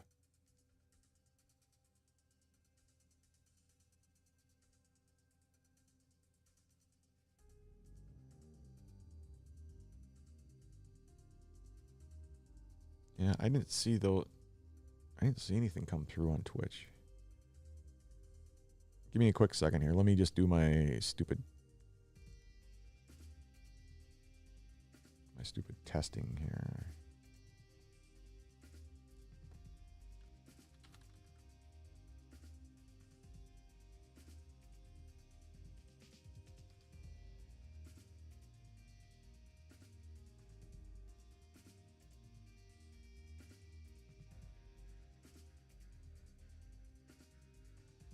Well, I'm doing a multi-stream. That's probably why, but let me just...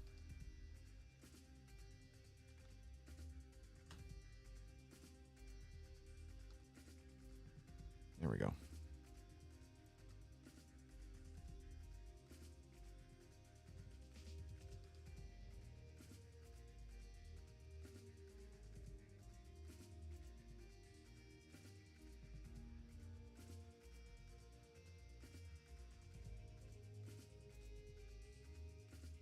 Yeah, I do have, when I was talking about the different pill containers, I'm just talking about, like, here, hold on a second.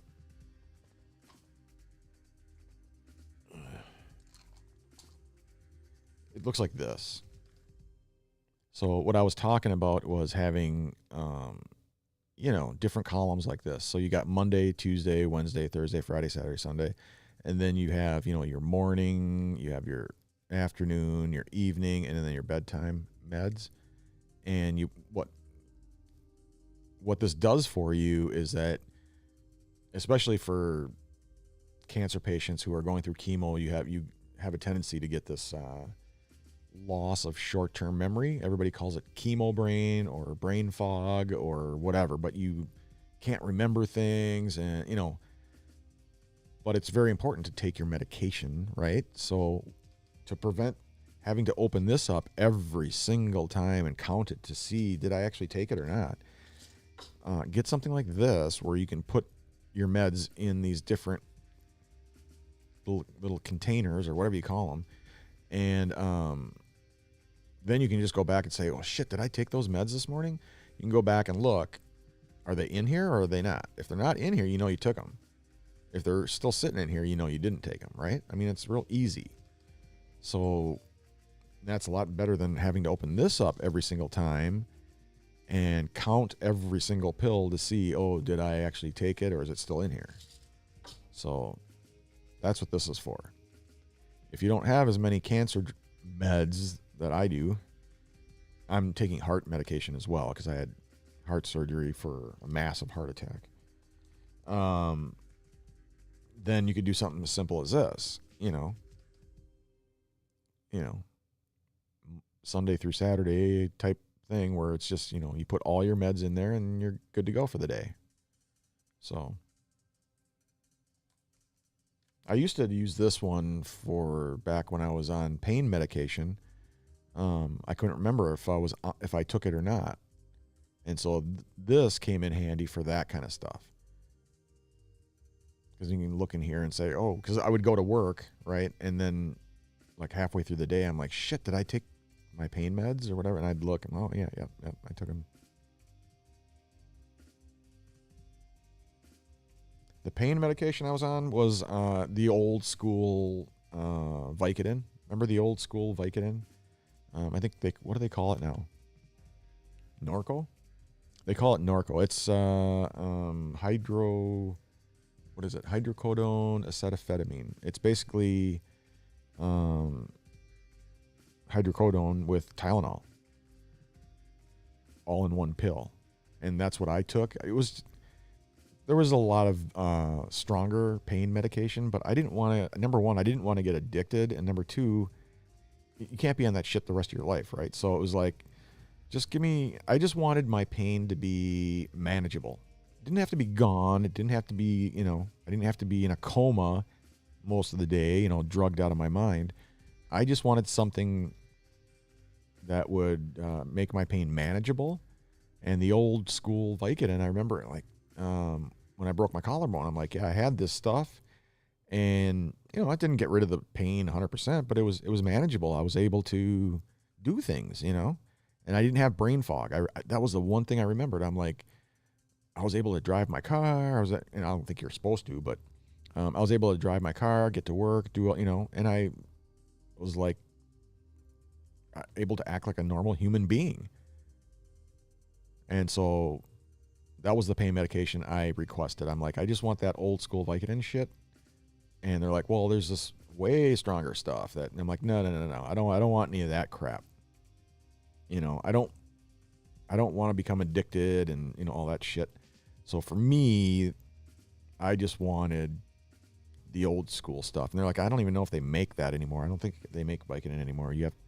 It's called Norco now. And it's just it's hydrocodone and I believe it's acetaminophen, and they come in different strengths and stuff like that. I think mine was 5 or 10 milligrams / 325. And the really, really, really old school stuff used to be 500 milligrams of Tylenol mixed in with it. But that's not good for your liver or your kidneys or something. So they backed off on the Tylenol stuff. But anyway, I think nowadays they call it Norco. But yeah, there was plenty of times where they said, oh, you should just take these pain patches or these other, not hydrocodone, what's the other one? I forget now, but it was stronger than hydrocodone. But I didn't want anything to do with that stuff. So, because then, your brain, you're just in a fog all day.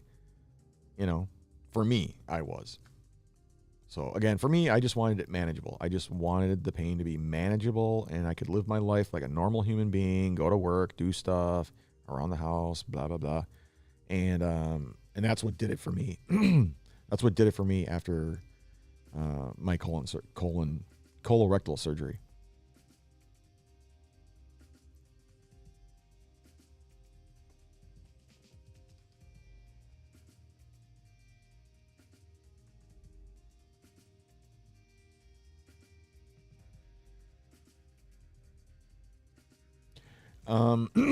It's not that I don't believe. Belief is the wrong word. I believe in doing both. So the comment was, if I believe in holistic, natural remedies or medications and stuff like that, I do believe in using them, and I do believe that it does help in certain areas. And in the areas that it doesn't work, then I use prescription medications, such as the gabapentin, because there's no holistic, natural remedy that I have ever come across that deals with massive nerve damage, for example. So the only thing that came close is medical marijuana, which I am certified for, but in the state of Minnesota. But I don't use it. I don't take it. For me, it was too expensive. It was like $300-400 a month for the medical marijuana, and I'm like, no, I'm not doing that. I can't afford that. So for me, at that point, it was just a budget thing. So, but I do. I have a client, or I had a client, I should say. Actually, we still do have that client, I think. Here's some natural stuff that I take. This stuff is for pain, but I use this stuff for my knee. I have really bad knees, but the brand name is, company name is Paranaram. And they have some pain relief products that are like this. They're just these roll-on type stuff. They come in these little, what are these? These are 10 milliliters, and what is this one? 8 milliliters. The product is called Just Plain Relief. Not pain, but plain, Plain. Just Plain Relief. And it's like a roll-on. It's a little roll-on. And these are, let's see, what are the ingredients? Peppermint, hyacinth, lavender, stuff like that. I mean, it's just, they're just plain, like, and then the extra strength one is called Just Plain Relief Ultra. And that is the same ingredients as the Just Plain Relief, but it has CBD in it. So one is just called Plain Relief. The other one is Plain Relief Ultra. They're both a Paranaram product.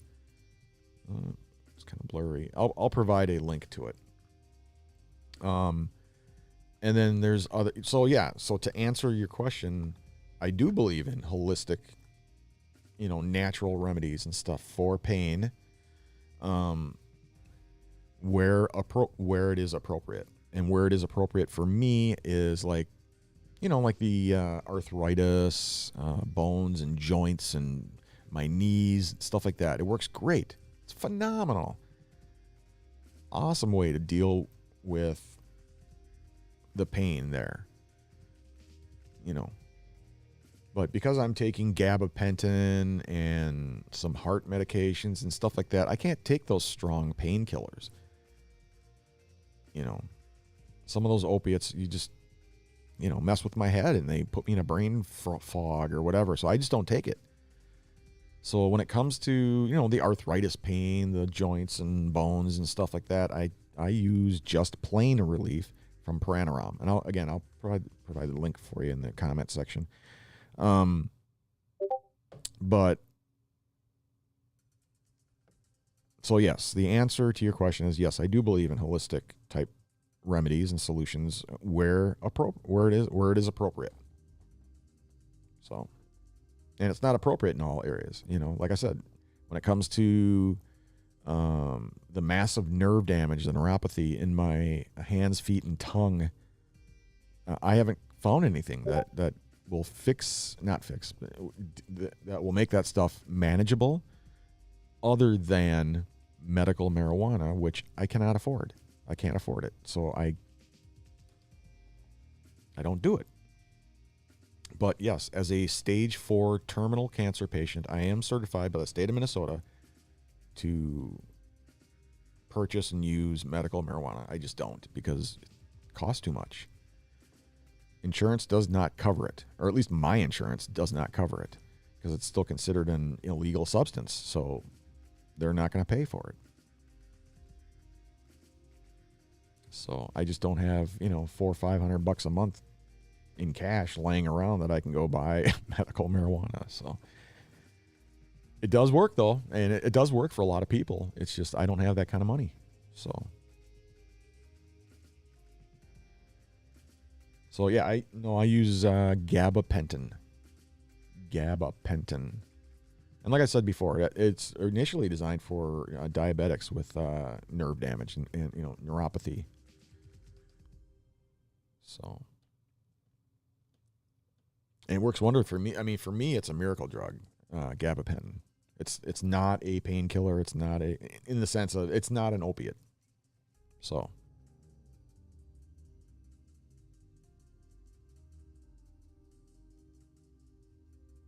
yeah, opiates are things like oxycodone, oxycontin, hydrocodone, stuff like that. And I can't drive a car on that stuff. It does work. I mean, it's cheap as shit, When I used the, whatever it was, what was that stuff called? Oxycodone. That stuff worked great for me. And, but it left that stuff and stronger stuff that I tried, left me in a brain fog kind of thing. I can't work with that. I can't drive with that. I can't be a normal human being taking those stuff. Some people can. Some people are completely normal and have no problem, but that stuff's too strong for me. So that's why I always asked for the old school Vicodin, because it was, it doesn't, I know it's not very strong. It's the weakest of all the whatever you call it, the opiates. But it worked for me, and that's all I cared about, is that it was it made my pain manageable.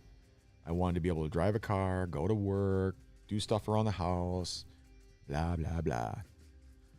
So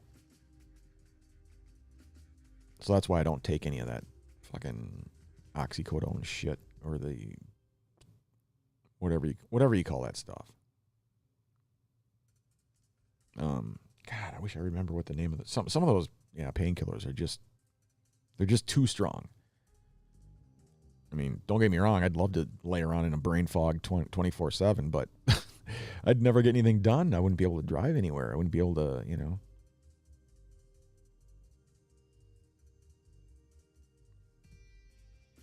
Anyway, if there's no other questions, I'm going to boogie. Let me just double check.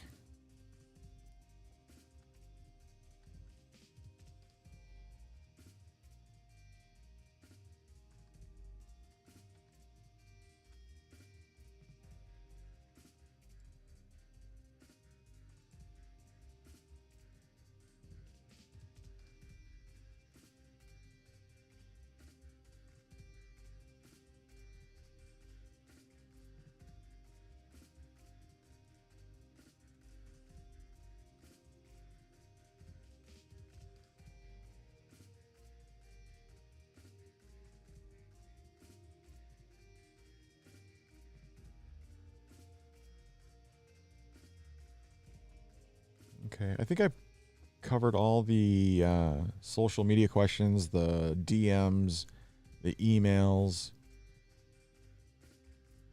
So if you guys don't have any other questions, consider this last call. Last call for questions on the Q&A. otherwise, I'm going to do this again. It's just the 1st of September here, so this is just part 2. Again, go back and watch part 1 if you missed it last weekend. I will probably not this week, but next week, I'll do the next cancer-related podcast. And so I'll post a notification ahead of time. I didn't post one today just because it was part 2. I'm just like, well, you'll get the notification. Make sure you subscribe. Make sure you like. Make sure you follow. Make sure all that stuff so that you are notified next time I do a live stream. Because I will do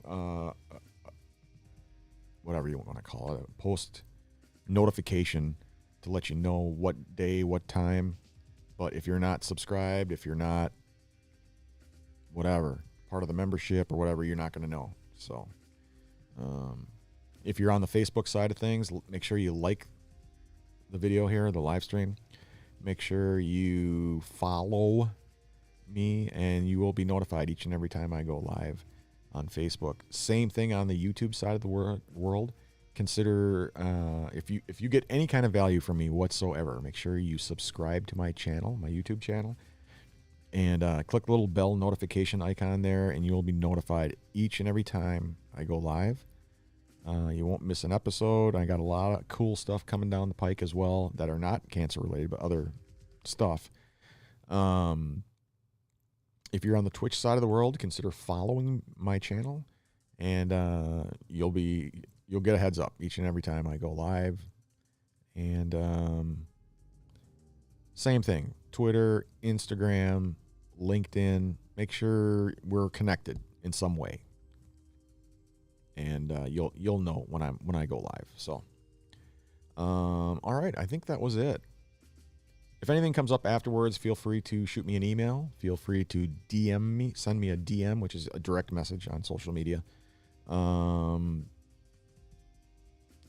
yeah, I'll get back to you, or leave a comment on the video. I'll follow up with you. So yeah, make sure if you're 40 or older, get screened. We're talking colon cancer here now. So, and if you have a family history, make sure you get screened. And for God's sakes, if you have symptoms, get screened, get checked out. But that's all I got. Thanks so much to everybody for joining me this fine Thursday afternoon. And look forward to seeing you guys tomorrow. I'll be doing my late night chill and chat Friday night. Either 10 or 11 Central. I haven't figured it out yet. Probably 10 o'clock. But either 10 or 11 o'clock Central. And then again for the Coffee Shop podcast on Saturday morning, 10 a.m. Central. And then next week again for the cancer-related follow-ups. I'm going to be doing some business-related stuff too, so just keep an eye out for that stuff. But otherwise, thanks again, everybody, for hanging out with me. I really appreciate it. Thanks to all of you who left comments, questions, gave, donated. I appreciate you guys more than you'll ever know. So thank you so much. And Manchester, what? I don't know what that is. What is that, a soccer team game? I don't know, whatever. You always got these goofballs when it comes to YouTube. But anyway, thanks again, everybody. Love you all. Hope all is well. Stay safe out there. It's a crazy world, but I know you'll get through it. If you have any cancer-related concerns, questions, comments, make sure you send them to me. Otherwise, I'll be back again next week, and we will have us a ball. So, all right. Good luck. See ya.